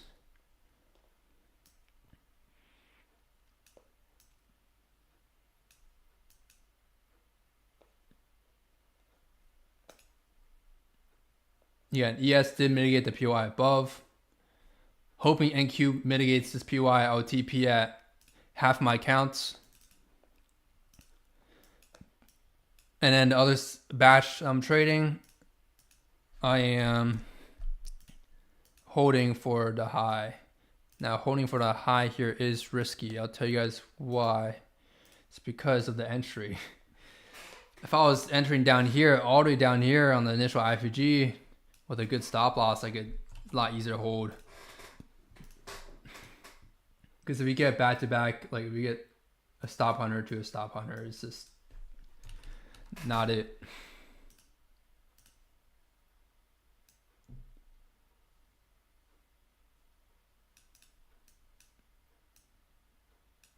I'm hoping this pays out, even though it's not a big difference. Holding to this PY, I decided to hold. That I'm holding for this PY here. It's a 0.4R difference, but I'll hold. Not the type of setup I will usually take though. I'll tell you guys why. It's because it's not a very, I like to see when I trade stop hunter setups, I like to have like more obvious highs and lows. That makes sense. This is something that's more of like fractal, candle to candle.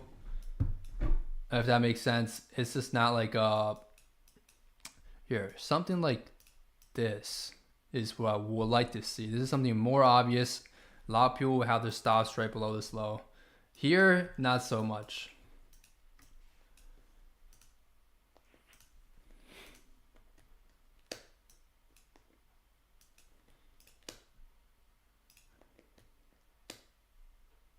My stop is here. Right before that mitigation. I probably wouldn't put it down here. That's the safest bet, but it's just too far for me for risk reward.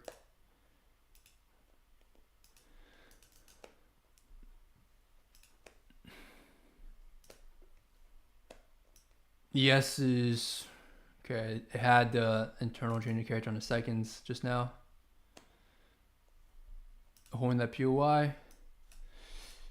Come on, ES.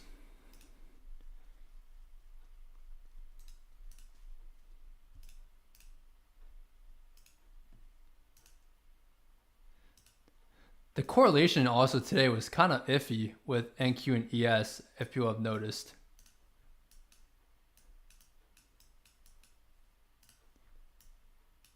Like NQ is a lot easier to identify bullish structure than ES, where we just chopped. Like instead of having more bullish structure to being developed.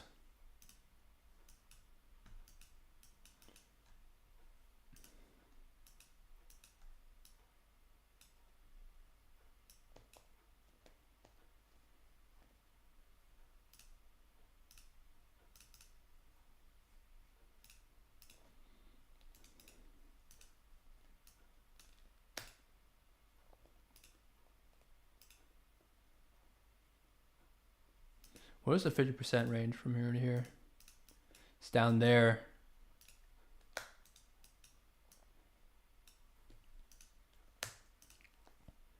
Seems like ES is holding here. So if you did TP at that internal high, that's a winner right there.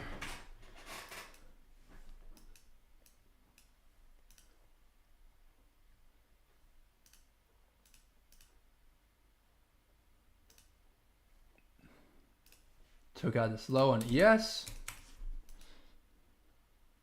Oh, took it out also on NQ. Okay. There's also this low that could get taken out if we're correct on our draw. If my draw is correct here. It's good that we don't have an entry model here going to the downside. Yes, you might if we close that. There's just certain things I just notice when I'm watching a chart. For example, like we don't have a fair value gap or OB entry model being created here. We don't have anything being created here. Yes, if we close this, there's a higher chance we go up. We just can't leave that gap there.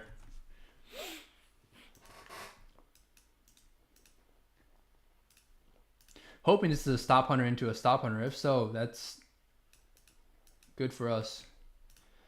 Okay, we created an OB entry model again on ES. I still think this is going higher though.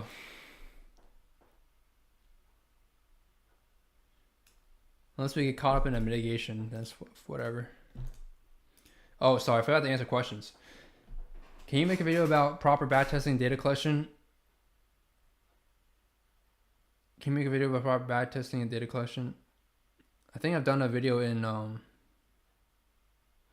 feel like my backtesting has too much bias. Could you elaborate? What do you mean by that? Too much bias? How so? Are you backtesting in hindsight where you steal the candles? Because if so, yeah, 100%. That's not the same. I only backtest with like playing candle to candle by candle.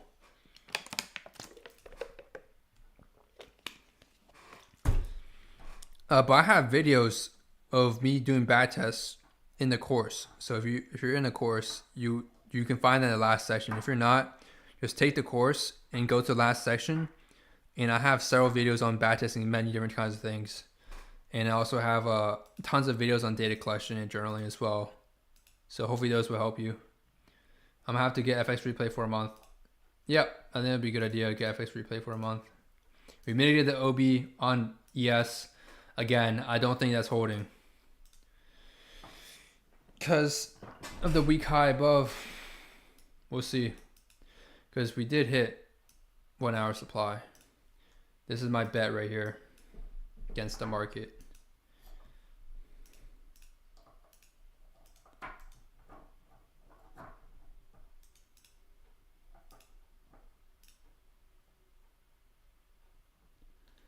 Hey bro, are you in a top profit club? What's that? What's top profit club? I don't think so. I have no clue what that is. Top profit club. I've actually never heard of that. And I'm checking the servers I'm in right now. Nope, I'm not. If you see that, oh wait, it might be a scammer. I'm in a Discord server and someone said I'm Jay Trades from YouTube, but it might be a scammer. Likely a scammer. Send me a screenshot. DM me on Discord. Join the server and just send me a post and tag me. It's probably a scammer. Or yeah, actually just DM me. Don't post into the server. Just DM me. It's probably a scammer. because there's so many people that make bots for my accounts.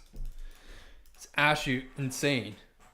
I know the pattern too. These guys join with normal Discord accounts, and then they change their username in the server to JTrades, and I've seen some crazy stuff. Some of them be like JTrades one. What's my number again? They put like JTrades one. I found my number 5126. Hold on, I can't see it because I'm in streamer mode right now on Discord. But they just add like a period or small thing or something, and yeah, they send you friend requests. Oh, no way, bro. Yo, no way. There's no way, bro. That's so funny.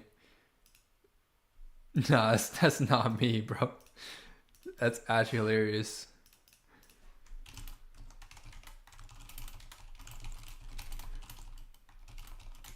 Bro didn't even put an effort to put the logo.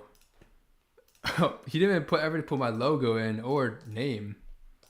That's crazy. If you guys want to see this in a Discord, I'll send it real quick.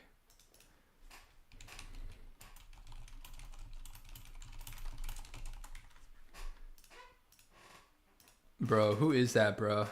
Who's VRT Keegzano? Yo, bro couldn't even put time and effort, at least change his logo or name. That's wild, man. That's crazy. Yeah, I don't know what Top Profit Club is.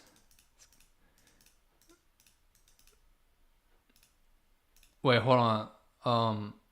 Wait, Danny, invite me to the server. Actually, I want to check this out. I'll check it out after stream in my free time. Kind of bored. Nice, Kevin. Let's go, man. TP hit for one of our members. There we go. We hit the TP. All right, let me check my accounts.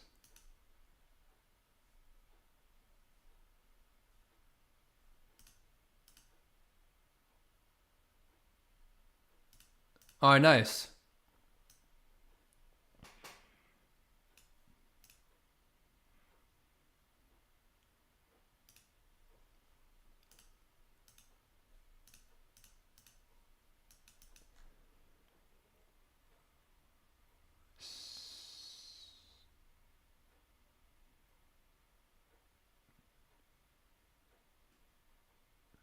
Wait, what?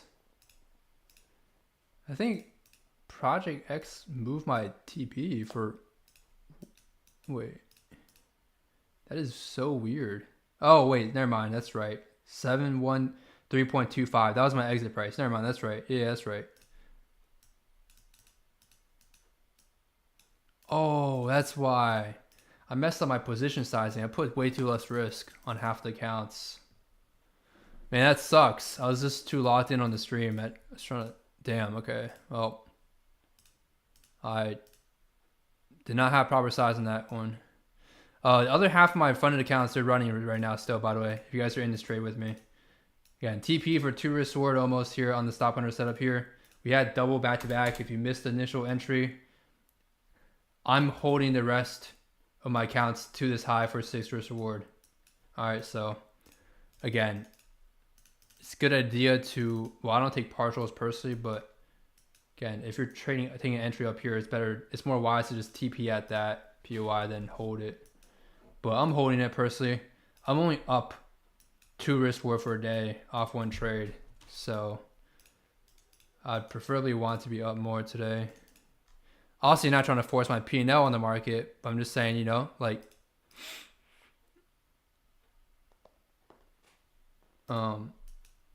it's just, sorry, I'm just reading chat. I saw from a small TikTok like 200 followers. Yo, wait. Oh, you're saying they copy my server logo? Let me see. What is this?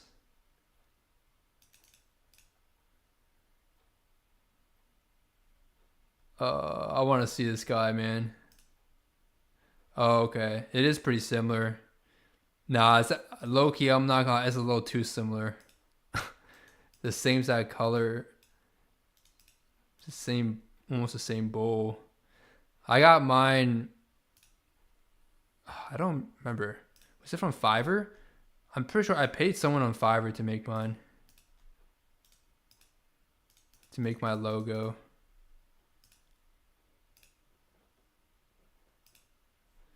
Is anyone else still holding this trade or in the trade? By the way, I know Kevin has runners. I'm holding my entire position, by the way, if you guys are confused or wondering. And here, I'll send a, hold on.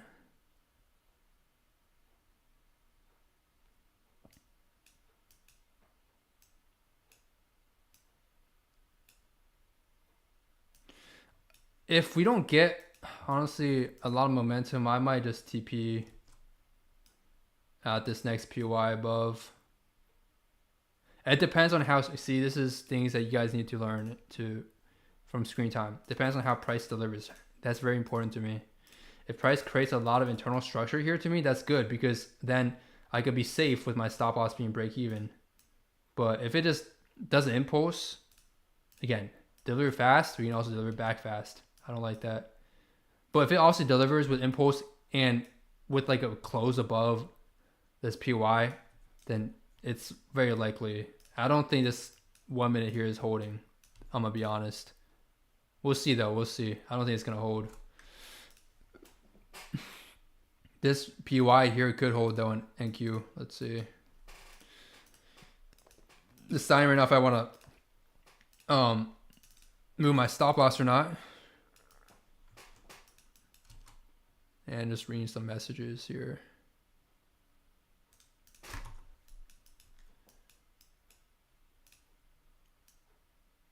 My risk would be 3 at that high. Let me go back to the higher time frame real quick. Yeah, I still see that high getting taken. Let's see. It's just not a good entry here to be in the middle of the range instead of down here. We have all this unmitigated below. That's the only thing I don't like.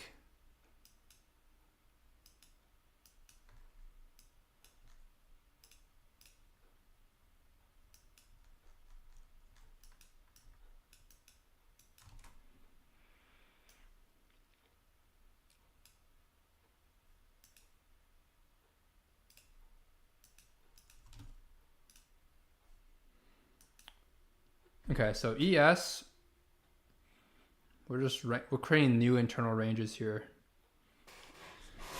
Okay, we have to focus on time here. We have an hour. Oh, did my stream close?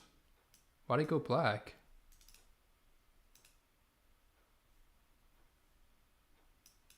Wait.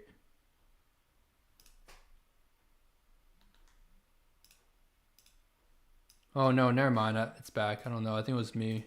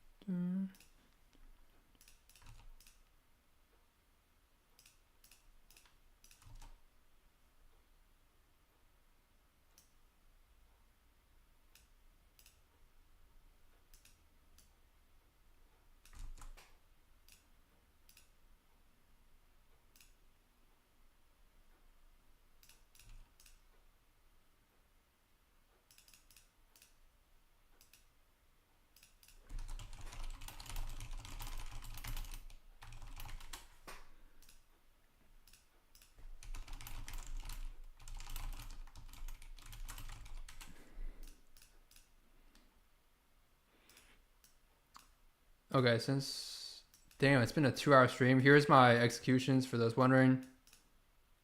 On NQ, it just took one contract here. Here's my stop loss in TP.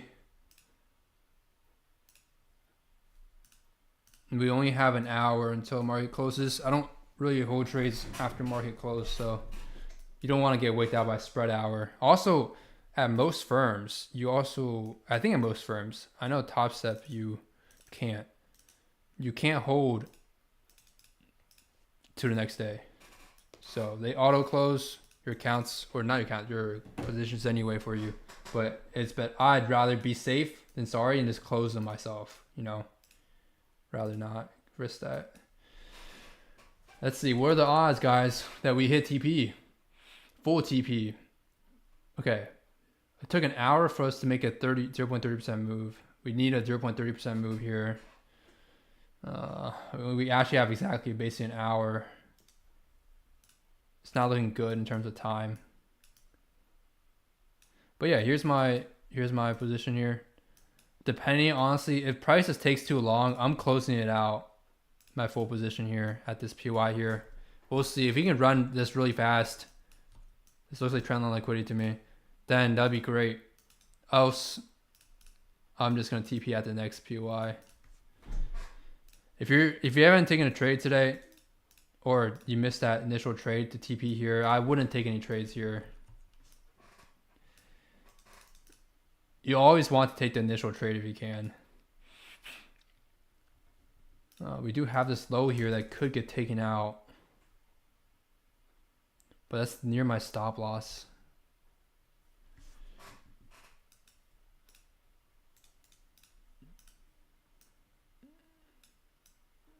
You know what? All right, I have to adjust to 50%. Hold on. This might be interesting here. Because this is exactly at 50%. It would suck if we came back, mitigated this, went to the high. That would suck. My stop loss is right before that. I'm gonna hold with no break even here. This is definitely a lot more of a risky decision to be making since I'm taking this in the middle of the range. Okay, you guys, I'd recommend break even if you're still holding. If you're taking partials, definitely be break even or just risk it. I'd be break even, at least you make some money on the trade. But I'm gonna hold it open for the sake of, we'll see.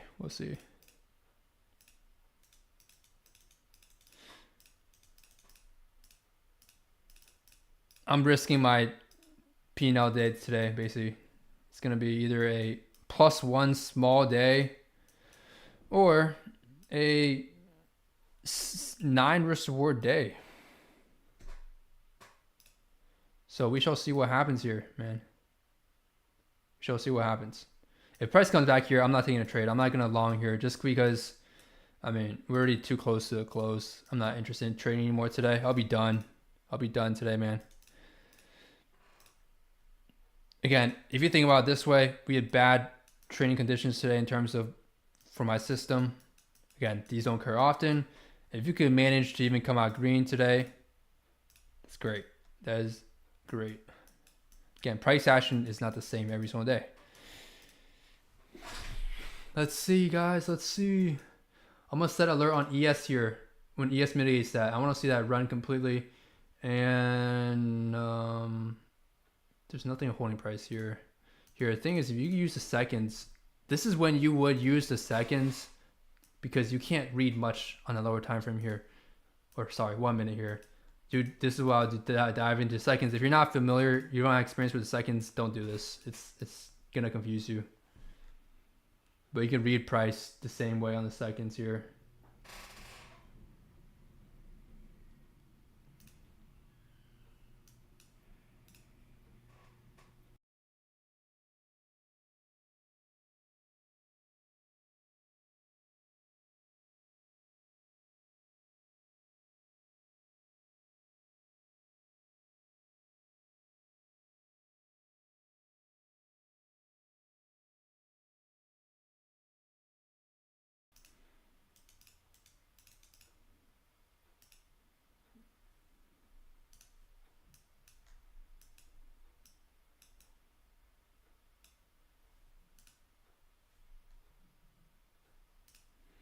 Oh, we took out the low.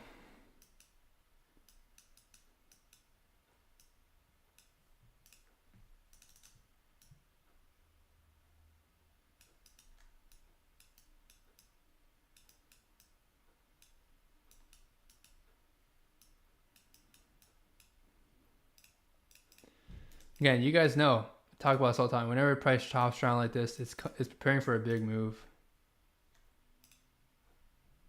It's just you don't know which way. Preferably towards your draw and liquidity, obviously. Danny, yeah, these indicators are private. They're in my WAP if you want to check them out. They're not free, if you're wondering, but I think the price I'm charging is very fair because you're getting access to every single indicator for their $49 a month. Not just someone that sells one indicator for $49. I'm not gonna say who, but there's people that sell a very basic indicator and they charge $49 a month for just one. You get access to all 5 or 6 indicators. I use all these on a daily, by the way. It just helps me automate my trading in a sense where I don't have to do as much. I don't have to manually mark out POIs. I can just look at the chart. Don't have to do much manual work here. I'm just basically the only manual thing I'm doing is just executing. I would bump 16. Oh, okay, you're chilling, man. It's all good, man. All good. Take your time and learn for free. There's only so much you can learn for free, though, I would say. But, you know, still better than not learning, right? I wish I started when I was 16, bro. You're very, very young to start trading. It's crazy how many people started so early, too. I started late. All right, while I'm holding the trade, again, I cannot manipulate price. I wish I can. That'd be so funny if I could. I'm not a manipulator, not a market maker. We're letting price do its thing here, guys. 40 minutes till close. See if we can get this TP, man. The slower price is going, the worse it's looking in terms of, because we could just chop until close, so it'd suck. And I'm not holding my trade for TP, by the way. Okay, if it's at 5 minutes before close, I'm closing the trade manually. If you still haven't hit anything, I'm not holding through that. Sometimes we do get massive wicks on the last hour, but I'm personally not interested in that. I'm gonna be honest.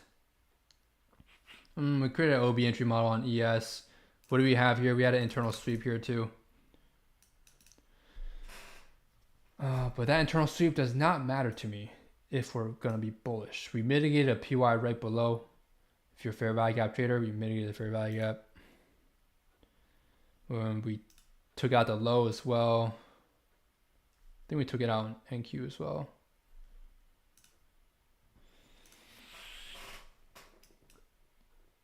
Nonetheless, half of my accounts on that trade hit TP, so, you know, very green day for me. Or not a very green day, but it's a green day for me nonetheless. So it was about 1.7 risk reward. So like, but also I was a little undersized on those accounts. So I'd say probably up around 3-ish risk reward on those accounts today. Okay, not my typical day. You guys know that see me trade. My typical days are like 6 to 7 risk reward or higher. People do that in a month, man. So to me in a day, that's really good. Some people say otherwise, but they just can't trade. There's a lot of people joining the server. I don't know from where, but that's cool to see, I guess. I'm going to check out this Discord server while I'm letting my trade run. By what made you trade the 2 trades before that, if I can ask? I didn't take this trade, by the way. This is just a trade idea I sent. I told everyone on the stream if you wanted to take it, this would have been the valid trade. This is just something I teach in the course.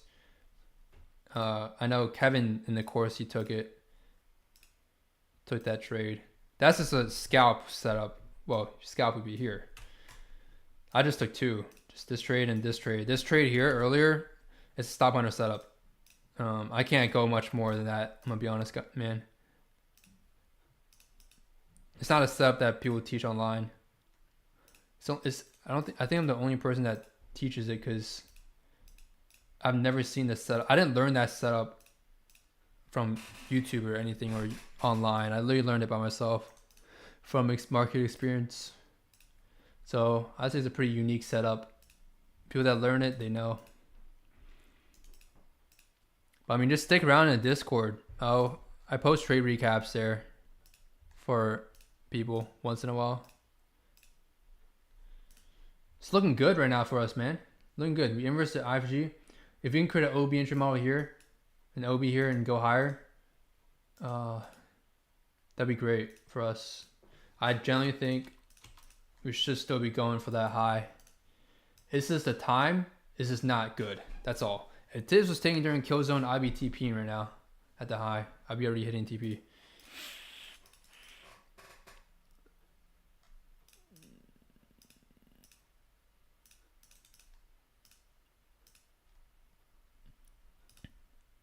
I'm gonna check this Discord server out. What is this, man? Who's this JTrades imposter?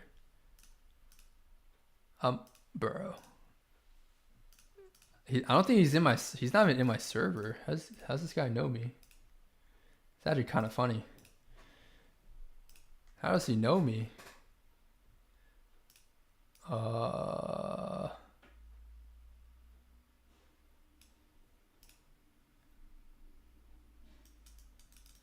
Oh, this dude's 14. Sorry, that's just what I read from what he said. He said, yo, I want to upload a video of my strategy, but I'm 14. Do you guys think the voice doesn't care? Oh, he's 14. What am I saying? Why do you say he's me?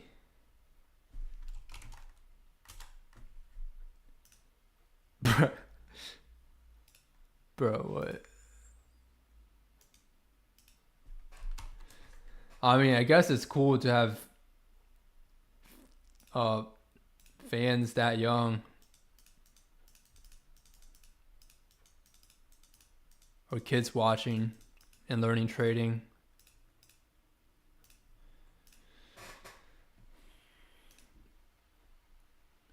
But if this guy is selling my stuff, or if he's like selling like a course and using my name, that's not cool. I don't think he is, though. As long as he's not scamming anyone, it's whatever. I'm gonna reply to this guy. It'll be funny.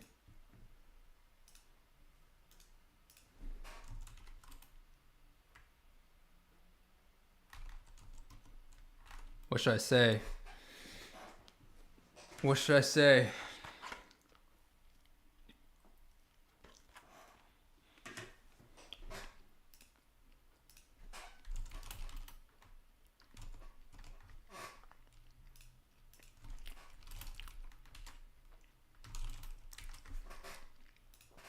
I'm gonna troll this dude. All right, 40 minutes to a close. It's going well right now, the trade. We're in profits.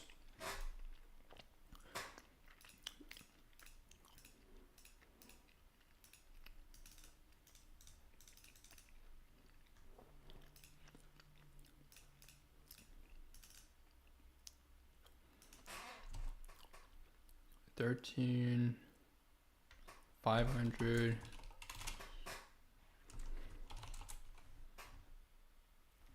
So I think I'll be up around 15K today across all the accounts total. If this trade hits, we created an OB, that's good. But we have to respect it.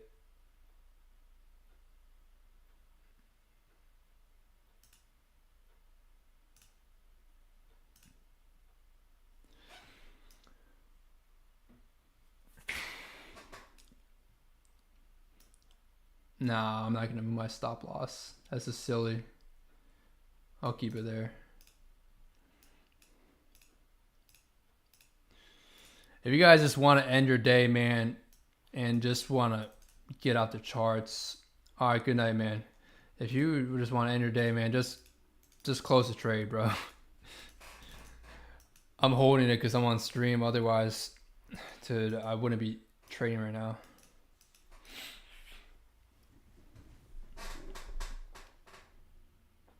See, this is the thing about scalping that's so good. You make your money in 5 minutes and you get out. For these trades with high risk reward, you gotta wait through all this. It's not like back testing where you can just play trade candles.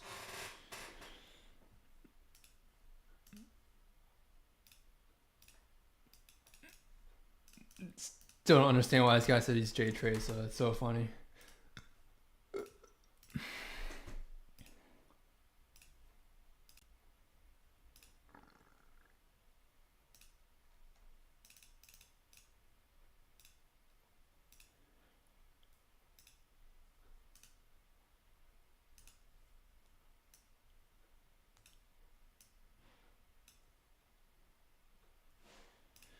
Now, I could move my stop loss below this low and take basically a break even. But I'm going to leave it open. In case you do want to sweep that low before we go to. Again, like I said, whenever you get all this manipulation consolidation, you want to have a wider stop because that's when they get you with sweeps, everything. Like even with my stop loss here, I could for sure get swept, we tap into just PY and go higher. That would suck a lot.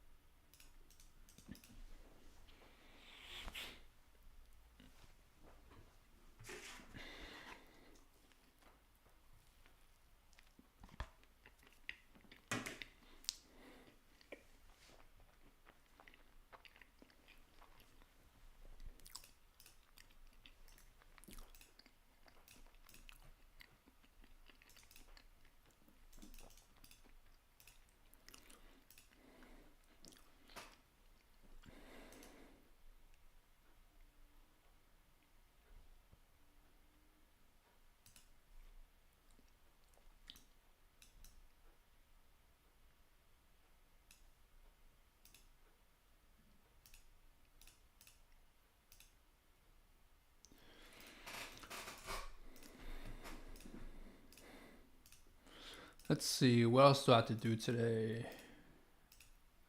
Oh, I can't go to my desktop, otherwise it closed stream view. That's okay, that's why my screen keeps blacking out. So no anything in OBS, if you guys don't know. I have to keep trading view like on top, otherwise it closes it. Never been able to figure out the fix.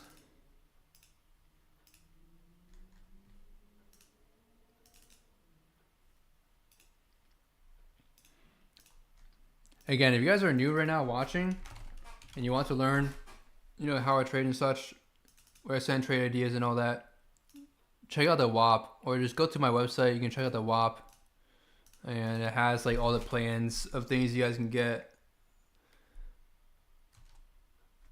Now I'll send a screenshot real quick too, if it helps.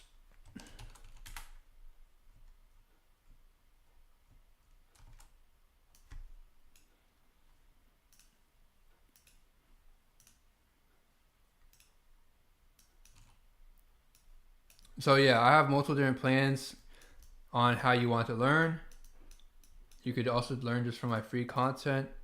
But obviously, there's a lot of stuff I also will gatekeep on YouTube, obviously. My mentorship, we're closed.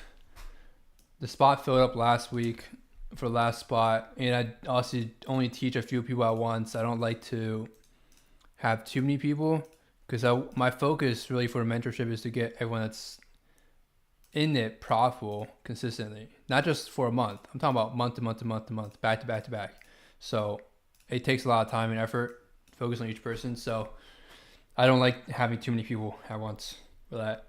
I prefer to get someone profitable, then I move on to then I open one spot, then I get the next person profitable, then I open up another spot. That's usually like how I like to structure it in terms of scheduling for that. There's a beginner course if you're brand new. I wouldn't recommend taking that if you are not new to trading. It's not going to be a good use of your time. You'd rather you can just take the advanced course. Goes over my strategies. I'm trading live literally right now. One's still running. And then you have a private journal if you want a good trading journal that has tons of data. It includes actually all my past trades I took this year and last year as well. You can go over every single one. I literally have screenshots from TradingView. I have detailed explanations for every single trade. People that do get that, they find it helpful as a supplement to the course because they can see my analysis as to why I take these certain trades, why I avoid these certain trades to help you develop a higher win rate. And then, of course, indicators, pretty straightforward. It includes all 6. And that's just month to month. I did add recently a one-time payment if someone just wants to get them lifetime. That's also an option. But aside from that, I don't have too much else to offer from those.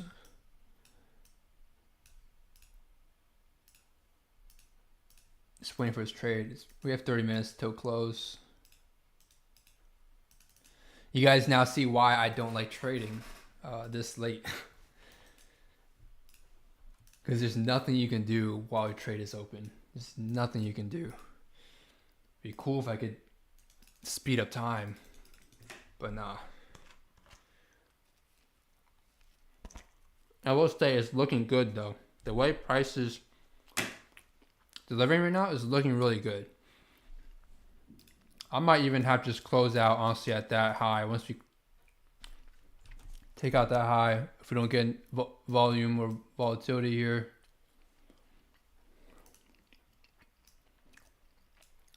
I'm going break even as soon as you take out that high, by the way. There's no point in holding this trade much longer. I don't anticipate price coming back to my break even. If we do take out that high, it shouldn't for the most part. So I will go break even once we take out that high. ES is weaker right now, which is good. We're on a stronger asset. We just need this pump, man. We need the pump. Matter of fact, I might have to add this. You guys have seen this. Hold on.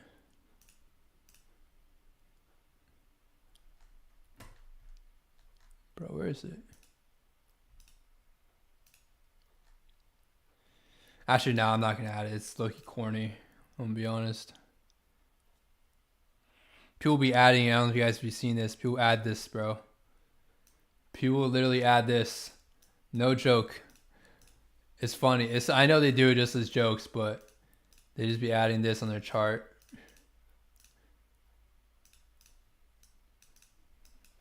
It's like a magnet of price. We're literally on the right direction in the market right now.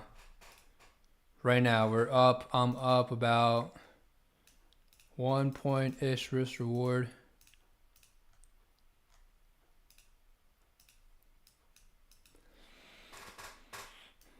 Again, I'm thinking that right now on TPing at that high.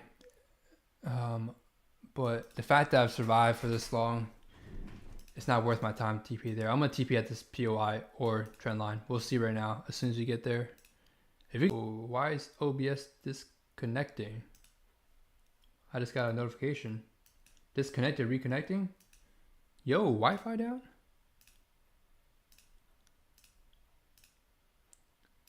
Alright, no, I think we're good. But yeah, I'm just gonna see what price gives me. As soon as we get that chat TP, if I see, or that POI, if I see like a big reaction, I'm just gonna close. Price is just stalling.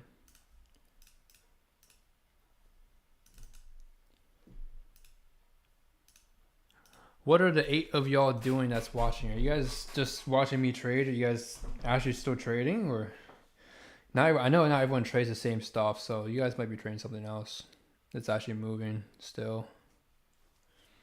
I'm gonna go on gold right now and see what's popping. Yeah, look, like I said, new ranges, new value. You want to be trading these new ranges, otherwise you just get this price action.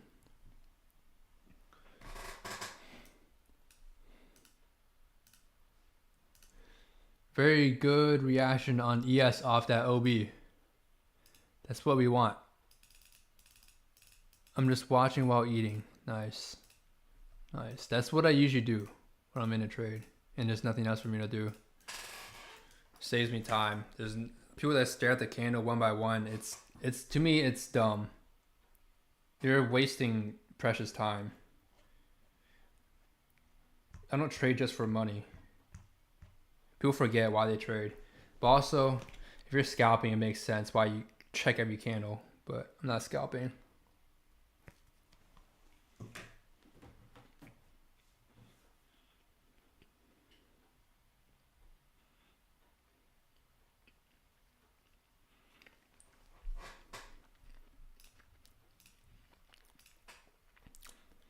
Yo, while we're at it, if you guys could share the stream with people you know, or if you're in other servers that allow you to post links, that'd be great.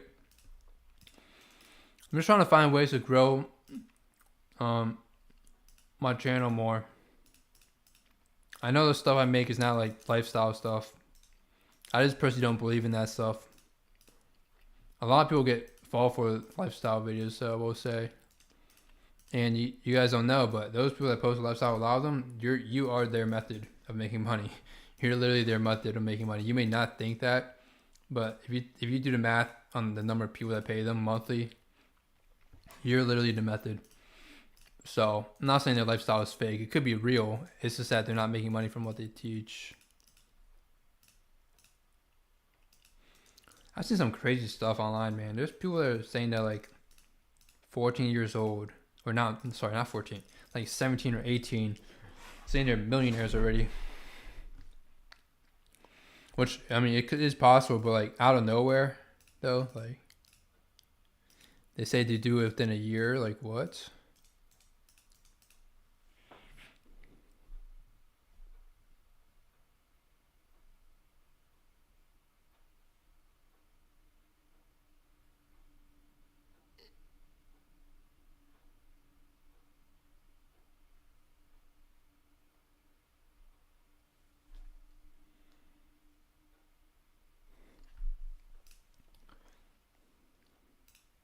See, guys, this is the part of trading no one talks about. Is sitting through these trades.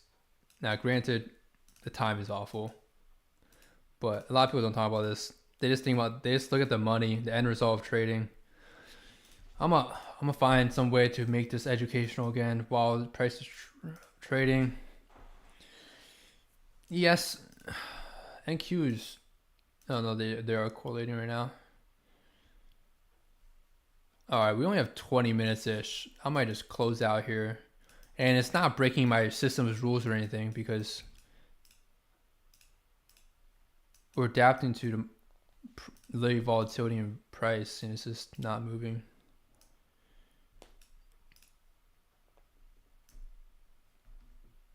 I'll give it 10 more minutes.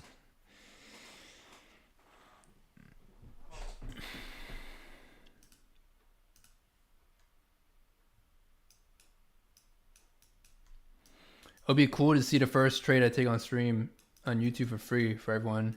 Would be a 6R. That'd be crazy. First trade. But nah, that seems slow. Now you guys understand why I don't trade this late. This is a waste of time just staring at every candle. See, the best way to approach trading, guys, if you want to be profitable, you have to use this time instead of just once you're in a trade, sure, manage it and all that, but once you've done that and set your TV and stop loss, you let it run. It's better to use that time to if you didn't review your yesterday's trades, find reasons or confluence as to why you lost, maybe it's a valid win, valid loss. Those things, or watching like trade recaps that I post, those things will help you more to develop as a profit trader much faster than just staring at candles. Because what a lot of people don't understand about the market and how it works is these reactions here mean nothing to me. Because without context, these are just It's just the market creating manipulation. So it doesn't matter or mean anything to me. Now, of course, I'd love price to just go straight to my TP. ES is stronger than NQ right now. ES is about to take out the high. There's nothing unmated on the ES too. Yeah, nothing unmated. ES is about to take out the high. Oh, nah. If you get an SMT here internally, I might close.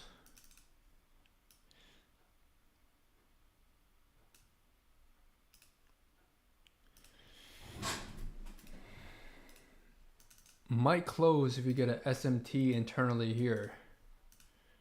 ES is about to take that high.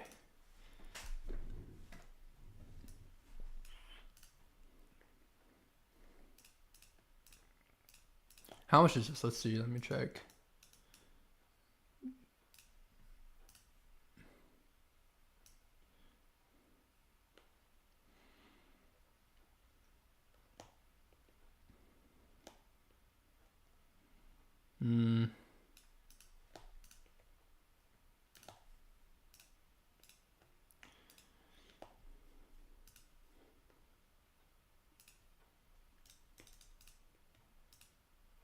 I'm just curious. How long are you guys trading for every day? Like your dedicated trading time. How long are you guys actually actively trading? Not just like learning. That's different. There's nothing wrong with learning a lot. I mean, like actively like taking trades. Again, it doesn't have to be a live account. It doesn't have to be personal. It could just be demo.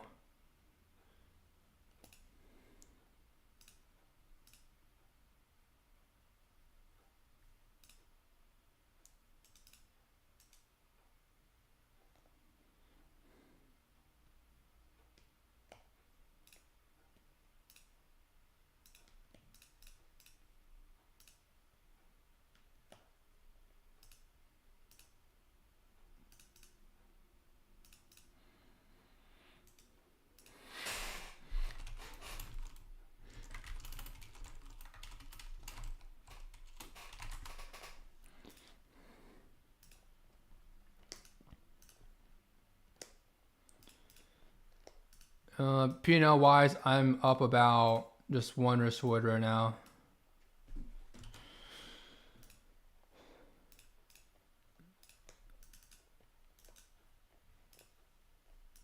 Oh, let's go over. You know what?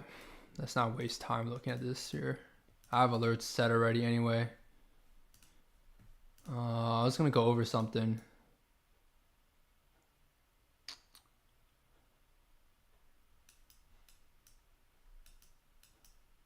What was I gonna go over?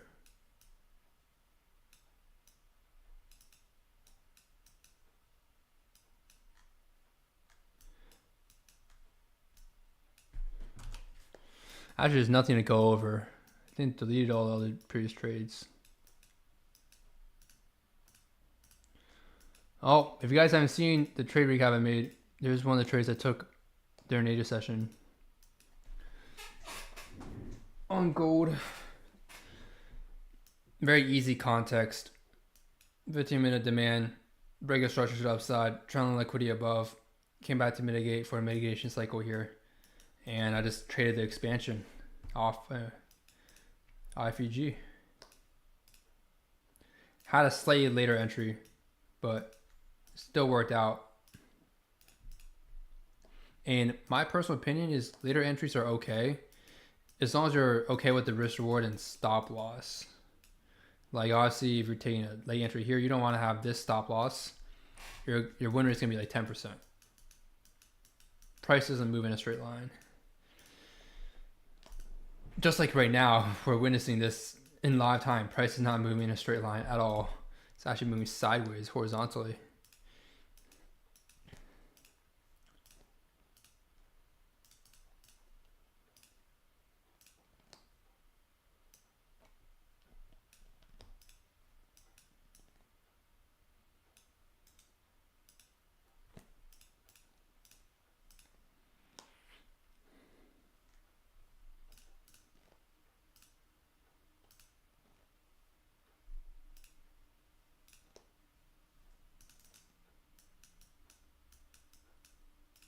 Did ES take out the high? No, it didn't. Still held.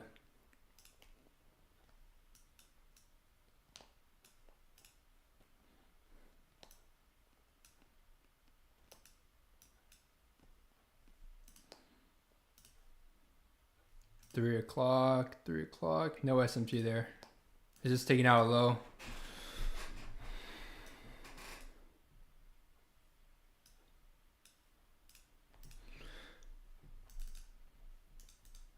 I'm gonna end the stream as soon as we either hit a TP or stop loss here, because I don't want to make it too long.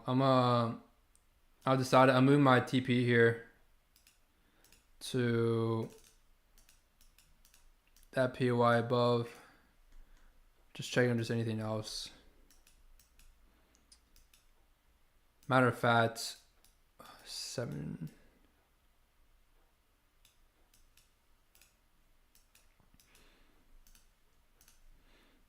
Oh, I moved my TP to the high. Screw it. This trade's taking too long. It's taking way too long.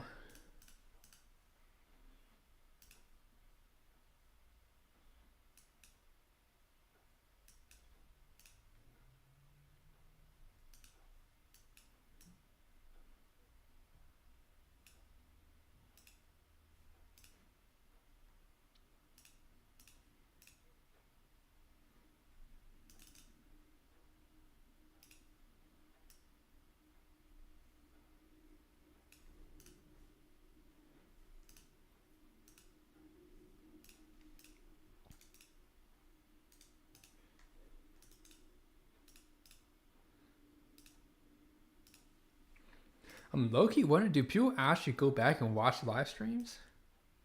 Like, are people generally going back and watching live streams on YouTube? Because I know YouTube saves them.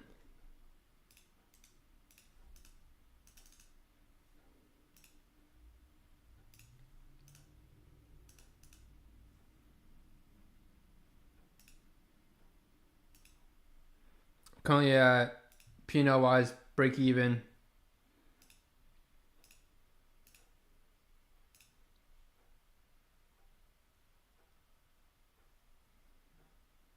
We have like 10 minutes left, so.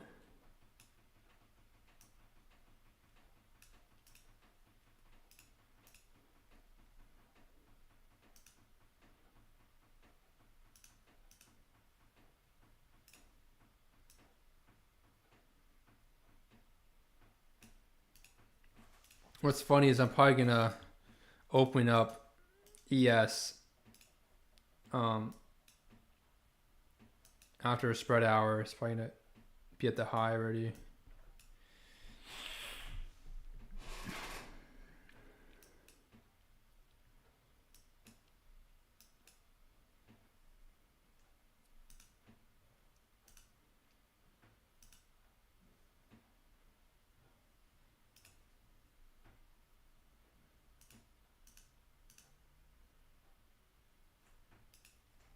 All right, all good. I hit my stop loss there.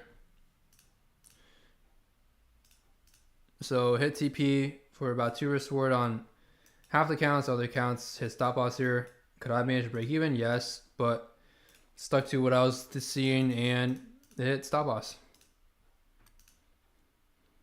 Let's see.